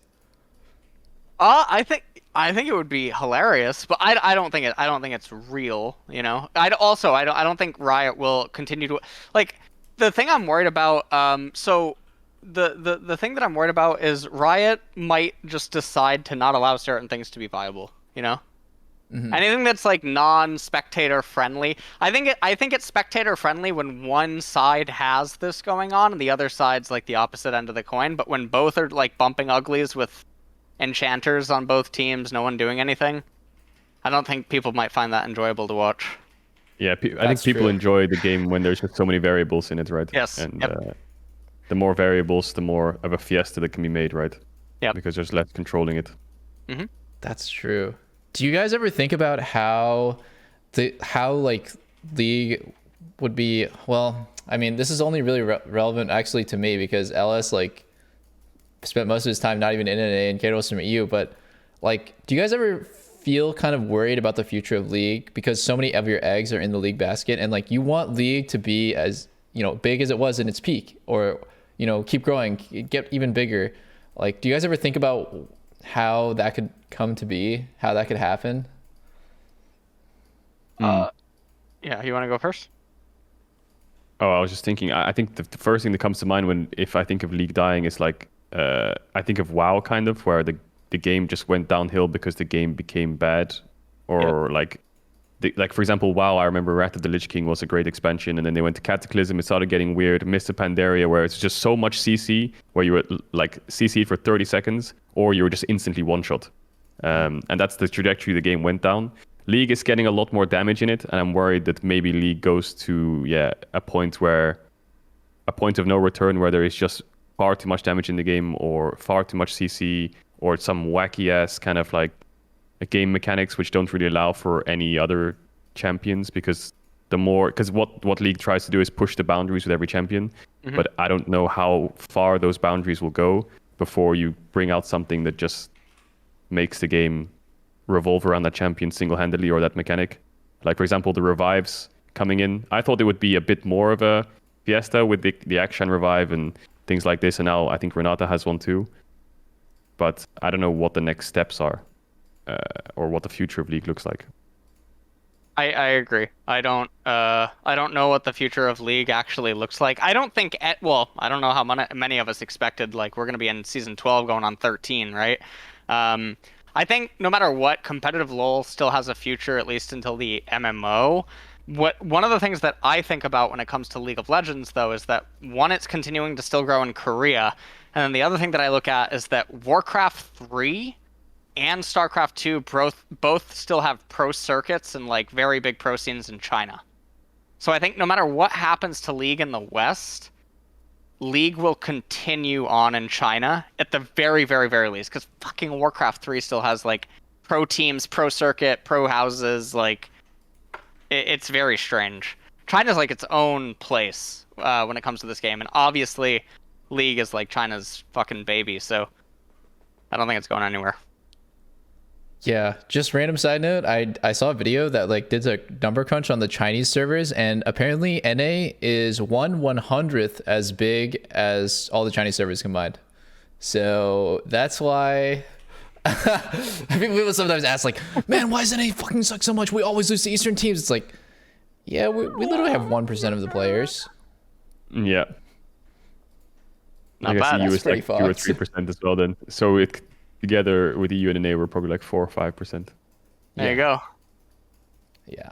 Jesus. Jesus. Time to start importing, boys. It's TSM's era. I wonder if I wonder Riot'll if- drop imports. Yeah, that's what I was gonna say as well. Yeah. Because I mean, honestly, aside from what do we've had JoJo Pion, who's doing well, and then you've had Danny. But outside of that, who else has there been? Vulcan.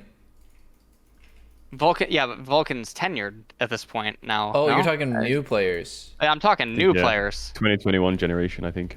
2020 to 2021. Don't say fake God. He's been in the pro scene since 2018. I don't know. I don't Yeah. know.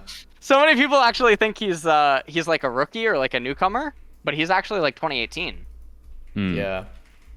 That is But tough actually. Who are the I new do think players if you fast forward like 5 years into the future of LCS, where all of these imports start getting their green cards, LCS will, I expect, turn into just 5 kind of imported players with green cards. Yes. I know the rule changed. I don't know how many years it is. I remember it was 3 years before. Now is it 5 or something?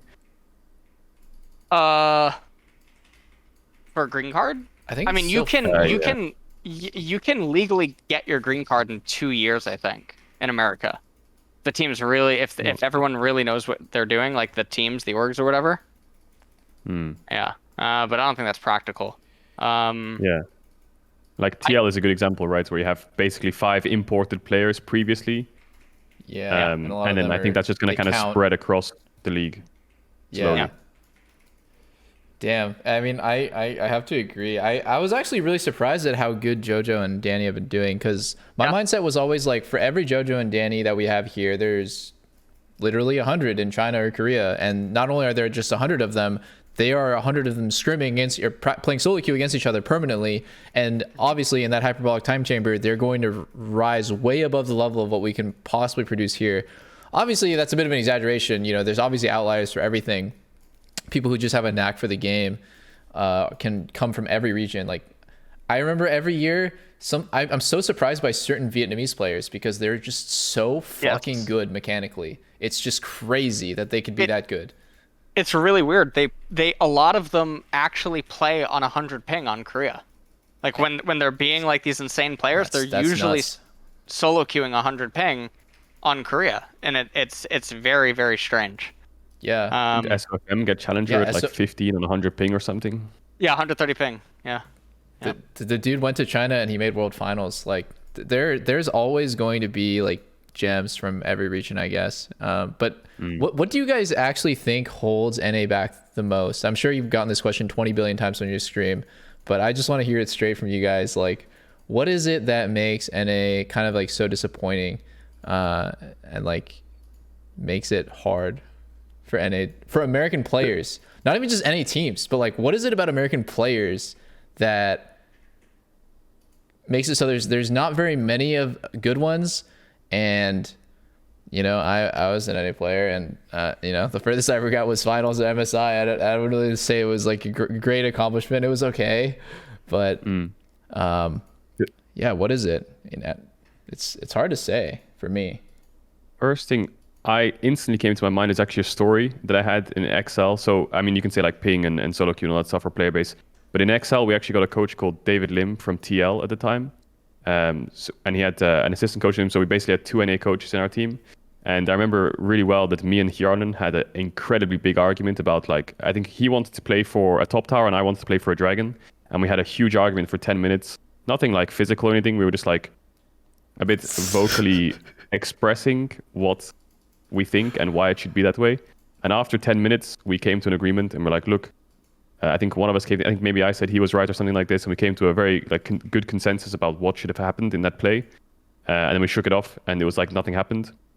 And the coaches, David Lim came to me and he said, like, I've never seen that before in my life, in my history in coaching NA, that I've never seen 2 players argue, come to terms, and then move on to the next game in my life. And I was like, what do you mean? He's like, yeah, culture is just a lot different, I guess.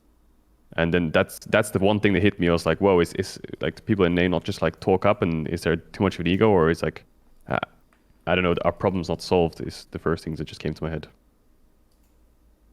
Oh yeah, that sounds, honestly, I'm gonna let Ellis talk in a sec, but I had a massive argument with Bjergsen after a game where we were like obviously raising our voices. We got into a little bit of a fist fight. There was a little bit of physical, you know, wrestling, but other than that, we had a pretty big argument, and everyone on the team was taken aback because we had a lot of mild-mannered people on the team, right? So like Hanser, Svenskeren, and Biofrost are pretty quiet a lot of the time, and you know, like at the end of the argument, somebody piped in and was like, "It sounds like you guys fucking hate each other. Like, let's just stop arguing."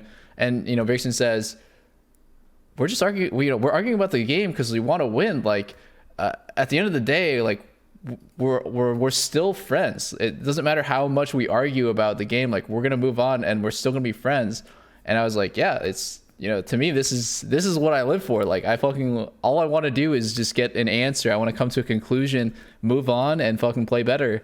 I think that's a great mentality, and I liked hearing him say that out loud, because sometimes it feels like it's really personal. Like, I don't want to like come off too abrasive and like, you know, then my teammate just hates me or thinks I'm out to get them. But I love the mentality of just like, it's something personal. And I think that is definitely missing in NA for sure.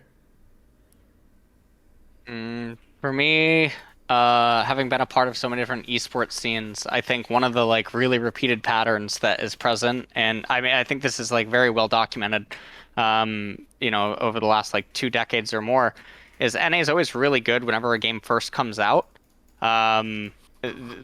like a repeated pattern, at least when the game's being played on a global scale.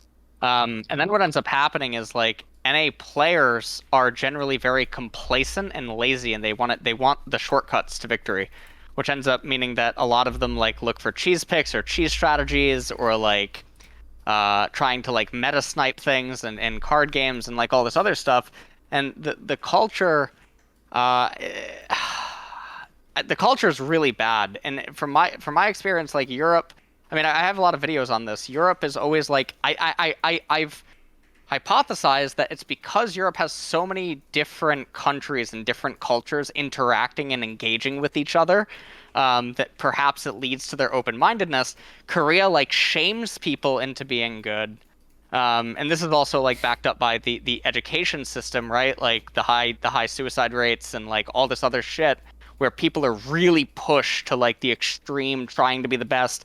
You know, if you got a 98, your neighbor got a 99, you're fucking worthless, you're not my son, type of like nonsense. And then China is like this like engine machine that just like has so many people that you push one up eventually. I feel like that's the pattern that's like very also demonstrated in esports. And so the culture is really, really hard to fix. I've said that I don't think it's impossible for a team to emerge out of North America that can contend with China, Korea, etc. Very akin to like early StarCraft 1, StarCraft 2, Dota teams, right? Where you have individual players that are capable of it. Fixing the entire region, it's not going to happen because it's just way too infected with like cultural issues. That's the way that I perceive it. What do you guys think the chances? Let me rephrase. Do you guys think that an NA team will ever win Worlds? I don't think it's impossible for EU or NA to actually snipe Worlds as long as it remains single elimination. And I think that like recent years have probably shown that it might actually be possible. I think EU is more probable than NA. Okay, gun to your head, and if you're wrong, they pull the trigger. If does NA ever win Worlds? Yes or no? I mean, I'd probably lean no. I'd probably say no. Yeah. Sorry, it's harder because you don't know how many worlds there are going to be, right? And I mean, I think if League does go to a state of like slowly dying, like Aless said earlier, the regions who are still going to keep it going are the eastern regions most of the time. Yes. So that just gives even less chance of the West winning Worlds later on, right? So yeah, I would say no, yeah. Yeah, that makes sense. When you coach your team at LS, now that you're like leading a squad, yeah, what do you feel like if they ask you like, so what's the goal for the year? Like, is it to go to Worlds and do damage? Is it to make it as far as we can possibly make it? You know, that kind of aspirational stuff, or like, is the goal still to win Worlds, even though it's supposedly like unattainable or like hard, like not hard? Oh, I think a lot of people will misinterpret like me saying that NA won't win Worlds as that doesn't mean that we won't try, right? I mean, for the last two series that like C9 played, if you ask me, are we favorites against EG today? I say no. You know, Cloud9 versus 100 Thieves or whatever, I actually predicted 100 Thieves would win. Cloud9 versus EG, you know, on my co-stream and stuff, I said EG is going to win. I've never lied, and I've made that like really clear that I'm not going to lie for optics, in that sense. So like, yes, I joined the team, the Koreans that joined the team, Fudge agreeing to role swap, etc. It was all there with the intention to actually beat Korea or Chinese teams at Worlds. Does that mean that we're favorites to do so? No, but it doesn't mean that we don't try. I like it. Yeah, I like the mentality. I mean, you're literally never going to win if you don't try. Yeah, there you go. Yeah. What do you want, Sebastian, at home? Why are you here? Oh, I didn't know. I'm sorry. Are you getting invaded on? I just got, so Malice just walked in. I didn't know he lived at this house. All right, it's over. Just get guests everywhere. I mean, we're almost at 2 hours. Honestly, this has been really like a lot longer than I expected. I thought we would run out of shit to talk about. I didn't even realize the time passed, I'll be honest. Yeah, like it was good. It's fucking good. But the last thing before we wrap it up, I guess, It doesn't have to be like super spicy or anything, but I do want to ask you guys about that whole talking about Renekton thing, where even today, Caedrel was watching your game, it was actually yesterday, I think, that you uploaded it. Yeah. Talking about how, Renekton might even be a good pick against Aurelia still, but do you still stick by the fact Renekton sucks? You don't think he should be played competitively? So my stance always on it, I had a long stream after that. My stance always on it is that there's better picks that exist. And so if I think I can list, half a dozen better picks in certain spots that might offer more options than draft, then the champion's bad to me. But much like people have already seen, because I think this probably is a follow-up question in a lot of people's eyes, like Summit picking Gnar yesterday, yes, I don't think that is like BIS. On R5, right? I don't think that's best in slot R5 pick, but it's what he felt like was going to be the most comfortable, and I didn't think it compromised the draft enough. So yeah, I think Renekton is. I don't think he's impossible to be picked. I just think if you're drafting well, you don't pick him, most likely. There you go. You know what? I've actually been leaning towards the church in more recent times. Half the teams I see drafting Renekton are not really drafting. Either they're not drafting around him very well, or the places they're picking him just don't make that much sense. Yes. Like when I see people play like Renekton, Xin Zhao together top jungle, I'm kind of like, I don't know, especially when you're playing these two champions and, for example, the rest of your champs are like poke champs or something, it just doesn't feel right. When I see champions like Renekton, Diana, Yasuo, this is the one combo where I'm like, yeah, that makes sense. That's where Renekton kind of does fit, given the context of any comp, if they have like a control mage or something that's really easy to dive on. But yeah, this blind pick Renekton, this first pick Renekton, this Renekton Prio, I think is slowly dropping around the world. And how horny are you right now, LS? No, I can't stand up if that's true. You got this guy bricked up at 1 a.m. Congrats. Wait, it's 1 a.m. there actually, isn't it? Jesus, Yeah. It's pretty late for you guys. Holy shit, dude. What was I gonna This say? is funny. I don't really think it's anything, honestly. People are always iterating and changing about picks or ideas on the game. I'm wrong. Like, what I hate about being a content creator is anytime that you're wrong, people will always bring up and reference the time that you're wrong. They will never bring up and reference the 9 times that you were right. They'll bring up the 1 time that you were wrong or got into an argument or, this and that. Like, it's just is such like a Twitch culture, Reddit culture thing to just only like want to shit on things. And, I think in a lot of cases there is no right answer. There's just kind of like, do you agree with like the communal like pro player hive mind or the stats, or do you have your own opinion? It's just it is what it is. But the last thing I'll say about the Renekton thing is just we had a discussion about the evolution of League of Legends. Like, for example, the release of Gwen is also like a pretty important thing, where now Gwen is just a better blind pick because it can flex to 2 roles, for example, right now, and it's just a way more useful 4. champ because of the up-to-date 4 roles. You fucking wait. Like, What is that? Is that a Gwen Yumi bot lane or something that is going into 4th role? 4. I don't want to live on this earth anymore, guys. Jesus. Yeah. No, but the mechanics of the champ are just like towards the later stages or the current up-to-date stages of League of Legends. And yeah, those boundaries keeping on being pushed and flexes and these champs coming out, other champs from old seasons might slowly start to fall away. Yeah.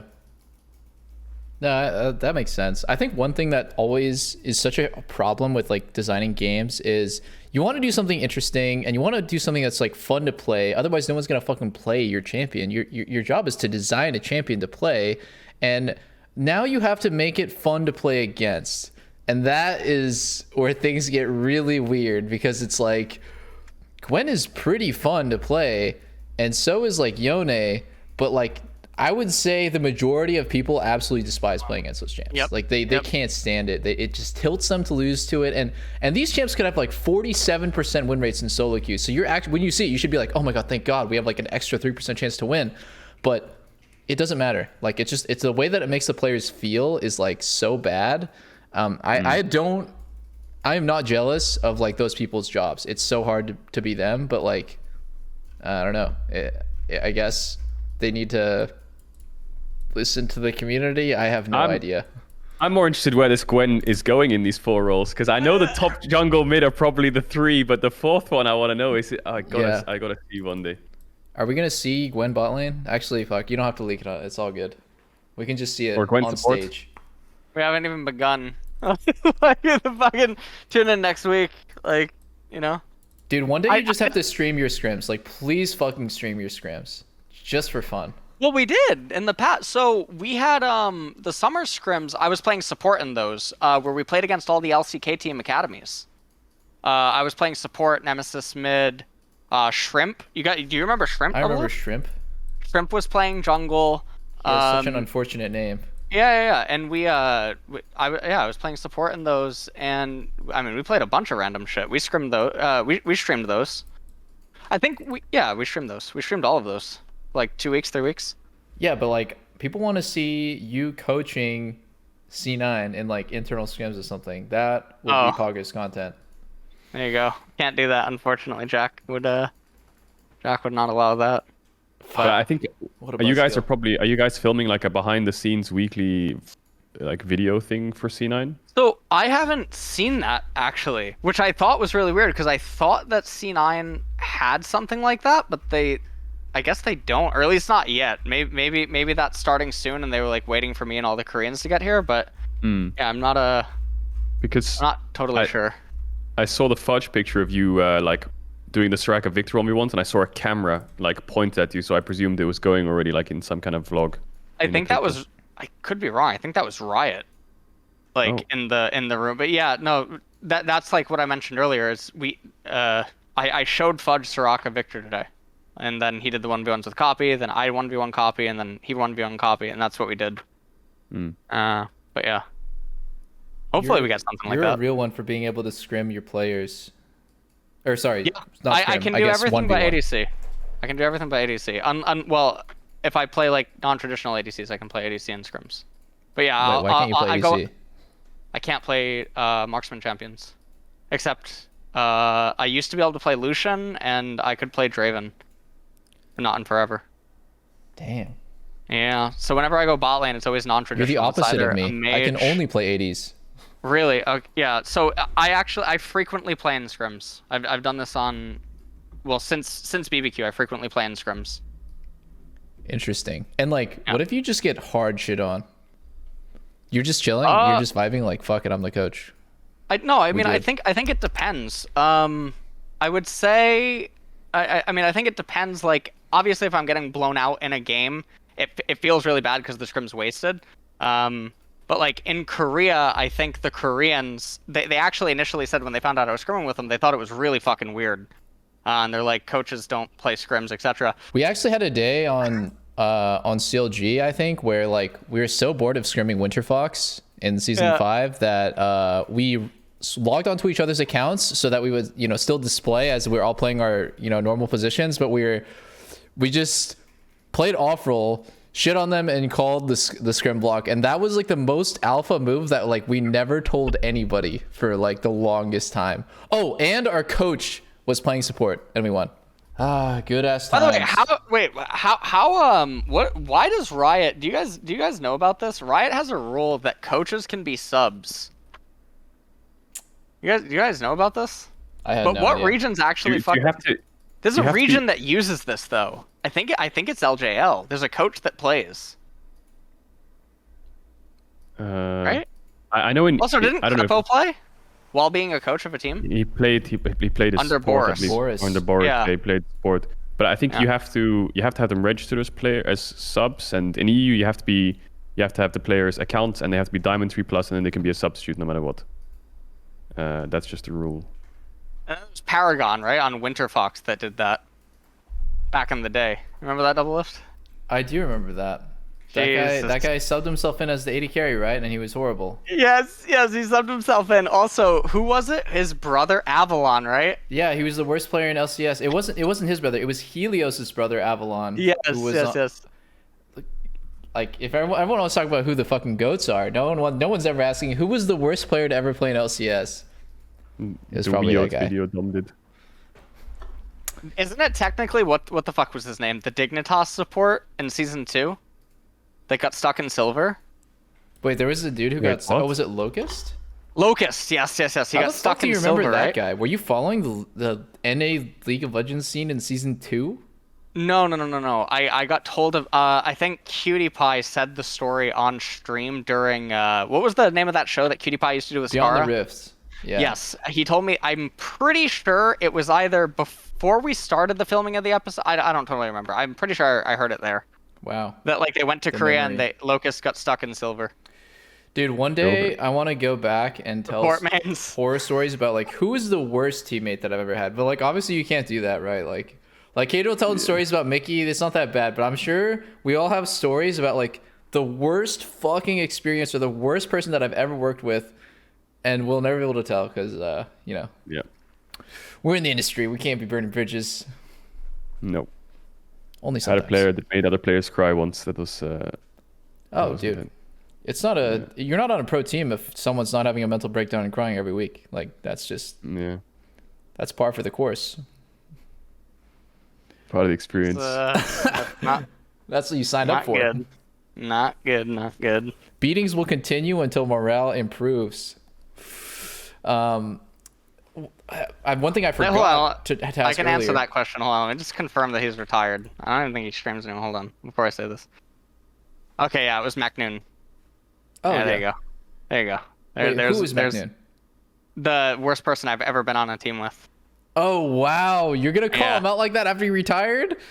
Well, no, he's not. I think he was forcefully retired. I Seems heard like his last team was BBQ. So Ooh, I heard that. I remember when he I played was in like a Korean troubled solo guy. queue, he was playing like Ilawi in Diamond 2, Diamond 1. Jesus. Yeah. Well, I mean, the guy was kind of crazy. I heard a story about him on like I think the fist fight.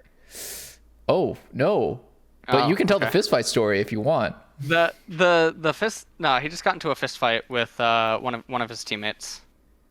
Wow. Like an actual fist fight. Ended up breaking out. I mean, that sometimes happens on Korean teams. As sad as that is, sometimes it does happen. But like the MacNoon story with me is he tried to just like make a civil war because it was on BBQ. So he tried to divide like the Koreans and the Western people on the team, like actual like political civil. It was really bad. And then management just was like, the fuck's going on here? Yeah, that's fucked up, and like, definitely like racially motivated too, because that's really fucked up. It was really The weird. story that I heard was I think it was either Ember or it was like one of those teams. God, it's on the tip of my tongue. It might have been Ember, but like right before they were about to qualify for relegations, like you know, the tournament that got amateur teams into the LCS, the bottom two teams would have to fight for this spot. This is like way back in the day of LCS, and they're about to play, and then he invites his girlfriend over from Korea and just stops practicing. Like he just like doesn't want to scrim, doesn't want to play solo queue, only wants to hang out with his girlfriend. It's like, bro, this is like the only time that matters. So they had to replace him, I think, with just like a random top laner, and their team was totally screwed. It was like, yeah, I was upset all over again. But like, no, like this one was like there was no reason. There's just like he was just down bad for his girlfriend, and like he couldn't keep it in the pants for the next like couple weeks, so he just like ruined the team. I don't know, man. And every story I've heard about the guy just makes me feel like he's fucking weird. He is goddamn weird. There's terrible stories from like other regions, right? There's the Vasily story. That must have been really bad. I don't even is he still in prison? I don't even know. Still in prison? He went to prison? I thought he went to prison. Yeah, didn't He did, right? No fucking way. He went to prison? That recording is still on the internet somewhere. I mean, The audio. there's a recording of LMQ. I don't know if that's the one you're talking about, of LMQ, like where he just straight up is breaking monitors. No. I'm talking did about worse. the one with the girlfriend. Oh shit. Yeah, I think I saw that one. yeah. I think I saw that one. Yeah, that one's fucked. It's audio only. Apparently Ooh. Toys is in jail. Poison There's jail that. Dude, Toys in jail for yeah. such a dumb reason, though. Let's be honest here. Oh yeah, Toys is in jail for something. I mean, there has to be other stories. I don't know. It's kind of rough. There It's was like, I dude, we mean, got to do a Where Are They Now? And it's like, you're fucking interviewing Toys Season 2 World Championship, and he's like behind a cell. Like, dude, how's it going? How's life? Yeah, it's fucked. It's fucked. I mean, yeah, it's fucked. Yeah, Very fucked. that is crazy. I'm gonna check up on you guys in 10 years. Hopefully, no one's in jail or dealing drugs. Fucking farming mobs and League I wonder MMO. what we'll be using in 10 years, because it was the Skype good old days, the DDoS days of Skype, and then the normal Skype days, and then Discord. Yeah. Discord just keeps updating though. I feel like Yeah. Discord will be around for a while. Yeah. I hope. I mean, they're doing a really good job with everything. I think. So. That's what I thought about Ventrilo when I used it. I'm like, wow, this program is great. Then it died. TeamSpeak and Ventrilo, yeah. Oh my god. Raiding in WoW late night. Good times. My life. Oh my god. Lena wants me to ask you guys, have you seen Chaos recently? Oh my lord. I haven't Which seen I know. Chaos, but Glebe Garbu will show up in my stream and he will type things that are incoherent. And he just yeah, it'll take a fucking sip. Like Glebe will just I don't know what the fuck's going on with that. But it's some pretty fucking creepy shit. No, it's crazy, man. Like, I don't Caedrel, do ban you know him about 'cause, Glebe? You know? Yeah. A little bit, not too much. So he worked at Riot, and while he was an employee at Riot, he was tweeting out stuff about basically eugenics. He was about like culling the human race because we're overpopulating. Only certain people should be allowed to breed. You know, they should select people of like of good physical characteristics and features and intelligence, and allow their like seed to be dispersed among. It was some crazy stuff, man. And then, you know, obviously this stuff makes it on Reddit of like Riot employee Glebe like tweeting out pretty crazy things, and then like obviously he gets let go, and he kind of like doubles down. Like the guy's a bit, he just says crazy things. Like I don't really know what else to say. Jesus. Former Yeah. pro, but like I use that. Monk I guys talking. use Dude, it pro for I a go to month. Google and I type his name, and the first search thing that comes up is Glebe Garbu kill list. Like, what the fuck is this? Did you say kill list? Yeah, I mean, do you want me to screenshot this? Look at this. This is the first search on Google. Yo, And, bro, like, I think we direct- just made the kill list. I'm scared now. I'm scared. I need Well, to not delete the because bot. I never banned him. Like,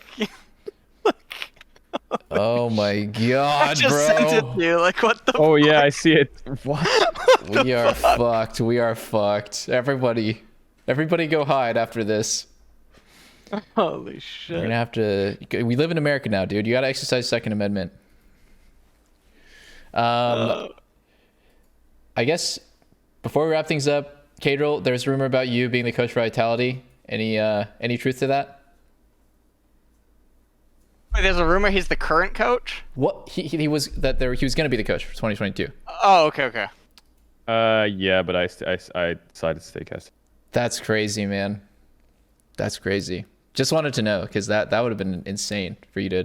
But I Where think do you do that? I'll go into coaching at the end of this year, likely. There it is. It's like a competitive itch, you know. You're just sitting here on the sidelines, you know. It's like, No, I get it. well, I want to step in, you know. I get it, dude. I play solo queue all day against LCS 80 carries, and I play 1/5 as much as they do, and I still sometimes I'm just like, man, fuck. Hold on. Doublelift, are you Fuck. returning for summer or what? No. Yeah, what is your plan, Doublelift? Yeah. We're gonna flip it. All right. Yeah, we're gonna. Yeah. I wasn't ready for this. Now we're double teaming, right? Oh, all right. Well, off stream we can. I think. I think that the long term play for me, the most practical play is for me to stay into like content creation because I do like it, and I am worried that the longer that you spend as a pro player, the less you develop like long term skills that's good for you when you're like fucking 45. And you know, assuming that we all live till we're like 80 or 90, like I want to be in the best possible spot in life for like. What am I gonna do when I'm fucking 30? Wait, I am almost 30. What am I gonna do when I'm 40? I can't be playing League anymore. I'm gonna be doing other stuff. So You gotta live in the moment, man. What if there's a big team that's like stacked as hell? Mr. Beast comes Hold in, on. bro, There puts is the a- money on the I table tried my for a best. roster. It's a 52-year-old Korean challenger who streams, and That's his crazy. His nickname is Korean Ajashi, like That's in Korean. hilarious. That's hilarious. So you leave him alone. He plays jungle and top. I think if the right team came along, and there was a spot that I could try out for, I would definitely consider it. But this sounds really fucking cocky or egotistical, but I don't think that it makes sense for me at this point in my life or career to play for anything but a top team.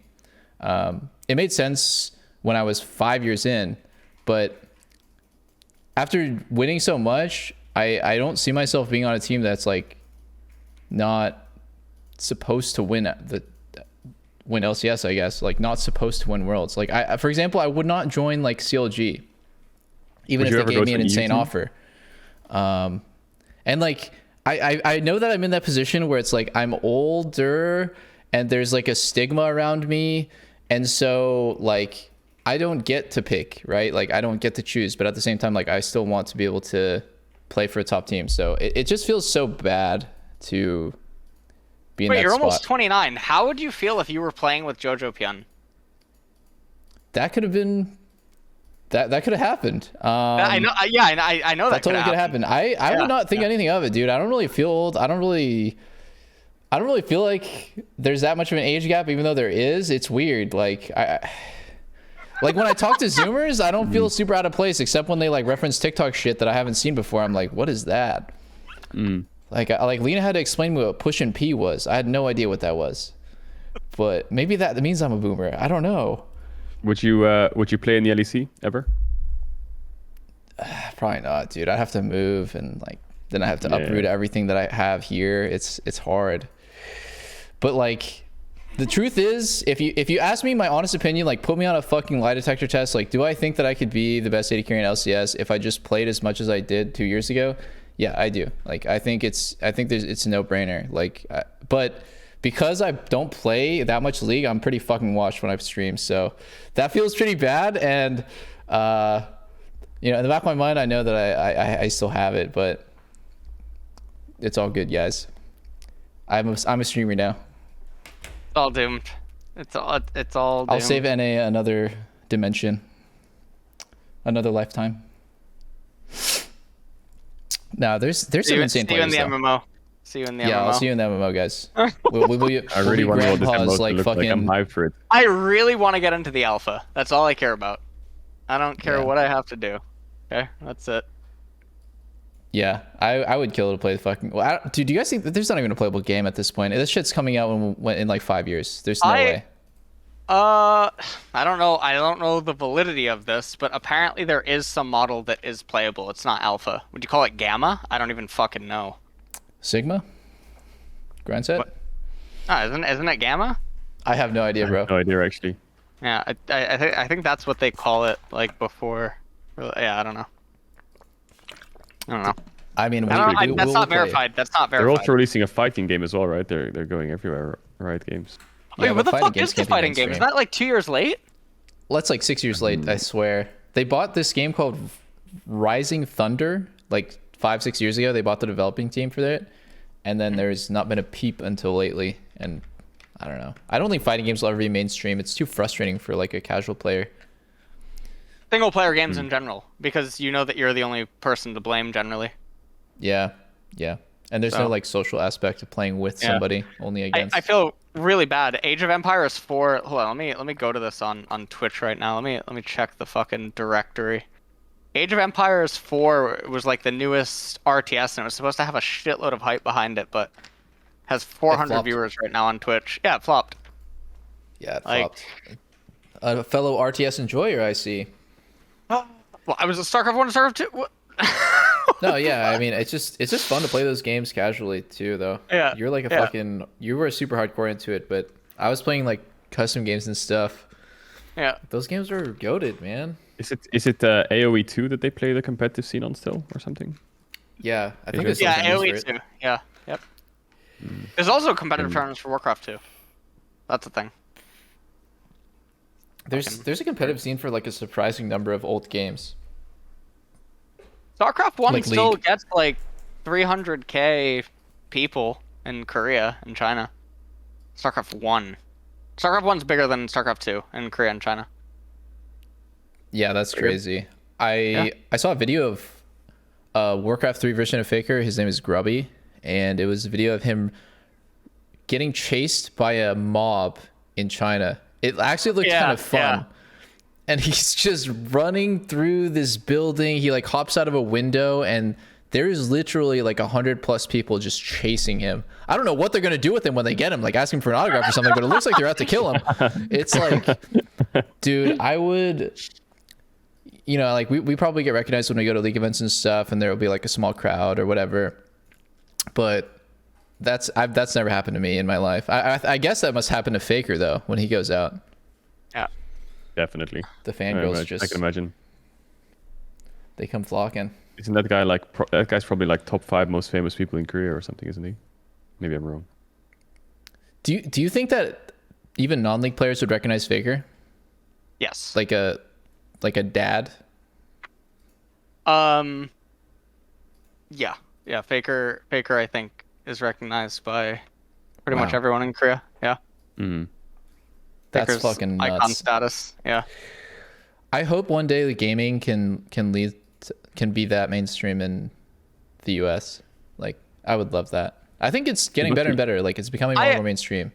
Well, I don't necessarily think it might be gaming, but I think Twitch celebrities will be a thing very soon. I think everyone in a certain age demographic, especially in the next decade, everyone's going to know, Yeah, you know, the Twitch streamers. Yeah. exactly. Why do you guys think I'm here? You XQC, gotta get in on that. Tyler And then one. esports will grow because like our generation will grow up in 20 years time, have kids and know what gaming is, and then get Yeah. kids into gaming, and then Yeah. the cycle begins. Yep. The cycle begins. Mhm. Okay. And then in 50 years time, our kids will be pro gamers maybe one day or something. I don't know. Or they'll be like in some AR, 3D. Maybe I think maybe VR is kind of like future maybe, or Yeah, I'm What- curious what- to see where that technology goes. If you could play an MMO with virtual reality, Jesus Christ. yeah, that's Never leaving my bed. yeah. You're gonna gap somebody in virtual reality? Jesus. I want to flame people in VR. Gapping them in virtual reality. I want to be like a busty anime girl in the game, just flaming the shit out of my teammate for feeding. That would be the best. I don't know, guys. I'm not super. Have you guys ever played VR games? For me, they are like very jarring. Like I can't do it for long periods of time. Like, you know, you can sit down and like maybe you could grind League or watch League bots for 10 hours. I can't be in VR for hours. It's a lot. Maybe the technology will get better though. Yeah, Can't I've do seen it. stream VR chat rooms and stuff where everyone's chilling. Yeah. All right. Well, fuck. We got to wrap it up, guys. We're approaching 3 hours now, but How are we really? yeah, it's been like 2.5 hours. We're crazy Amaranth's out not here. even live yet. Amaranth's not even live. You've been waiting for her or Where what? the fuck am I supposed to go after this? You watch Amaranth, Ellis? Who doesn't? What the fuck? All right. Well, do you we're gonna do a deeper dive on your Twitch browsing habits later. You guys have to come out and again sometime. We still have so much random stuff to talk about, but thank you both for being on my first episode. It was really fun. All right, thank you. Later. good. Bye bye. Yeah, thanks. Yeah. Have a good sleep. You go back right. to bed? Yeah. Yeah, good night, guys. Yeah, bye.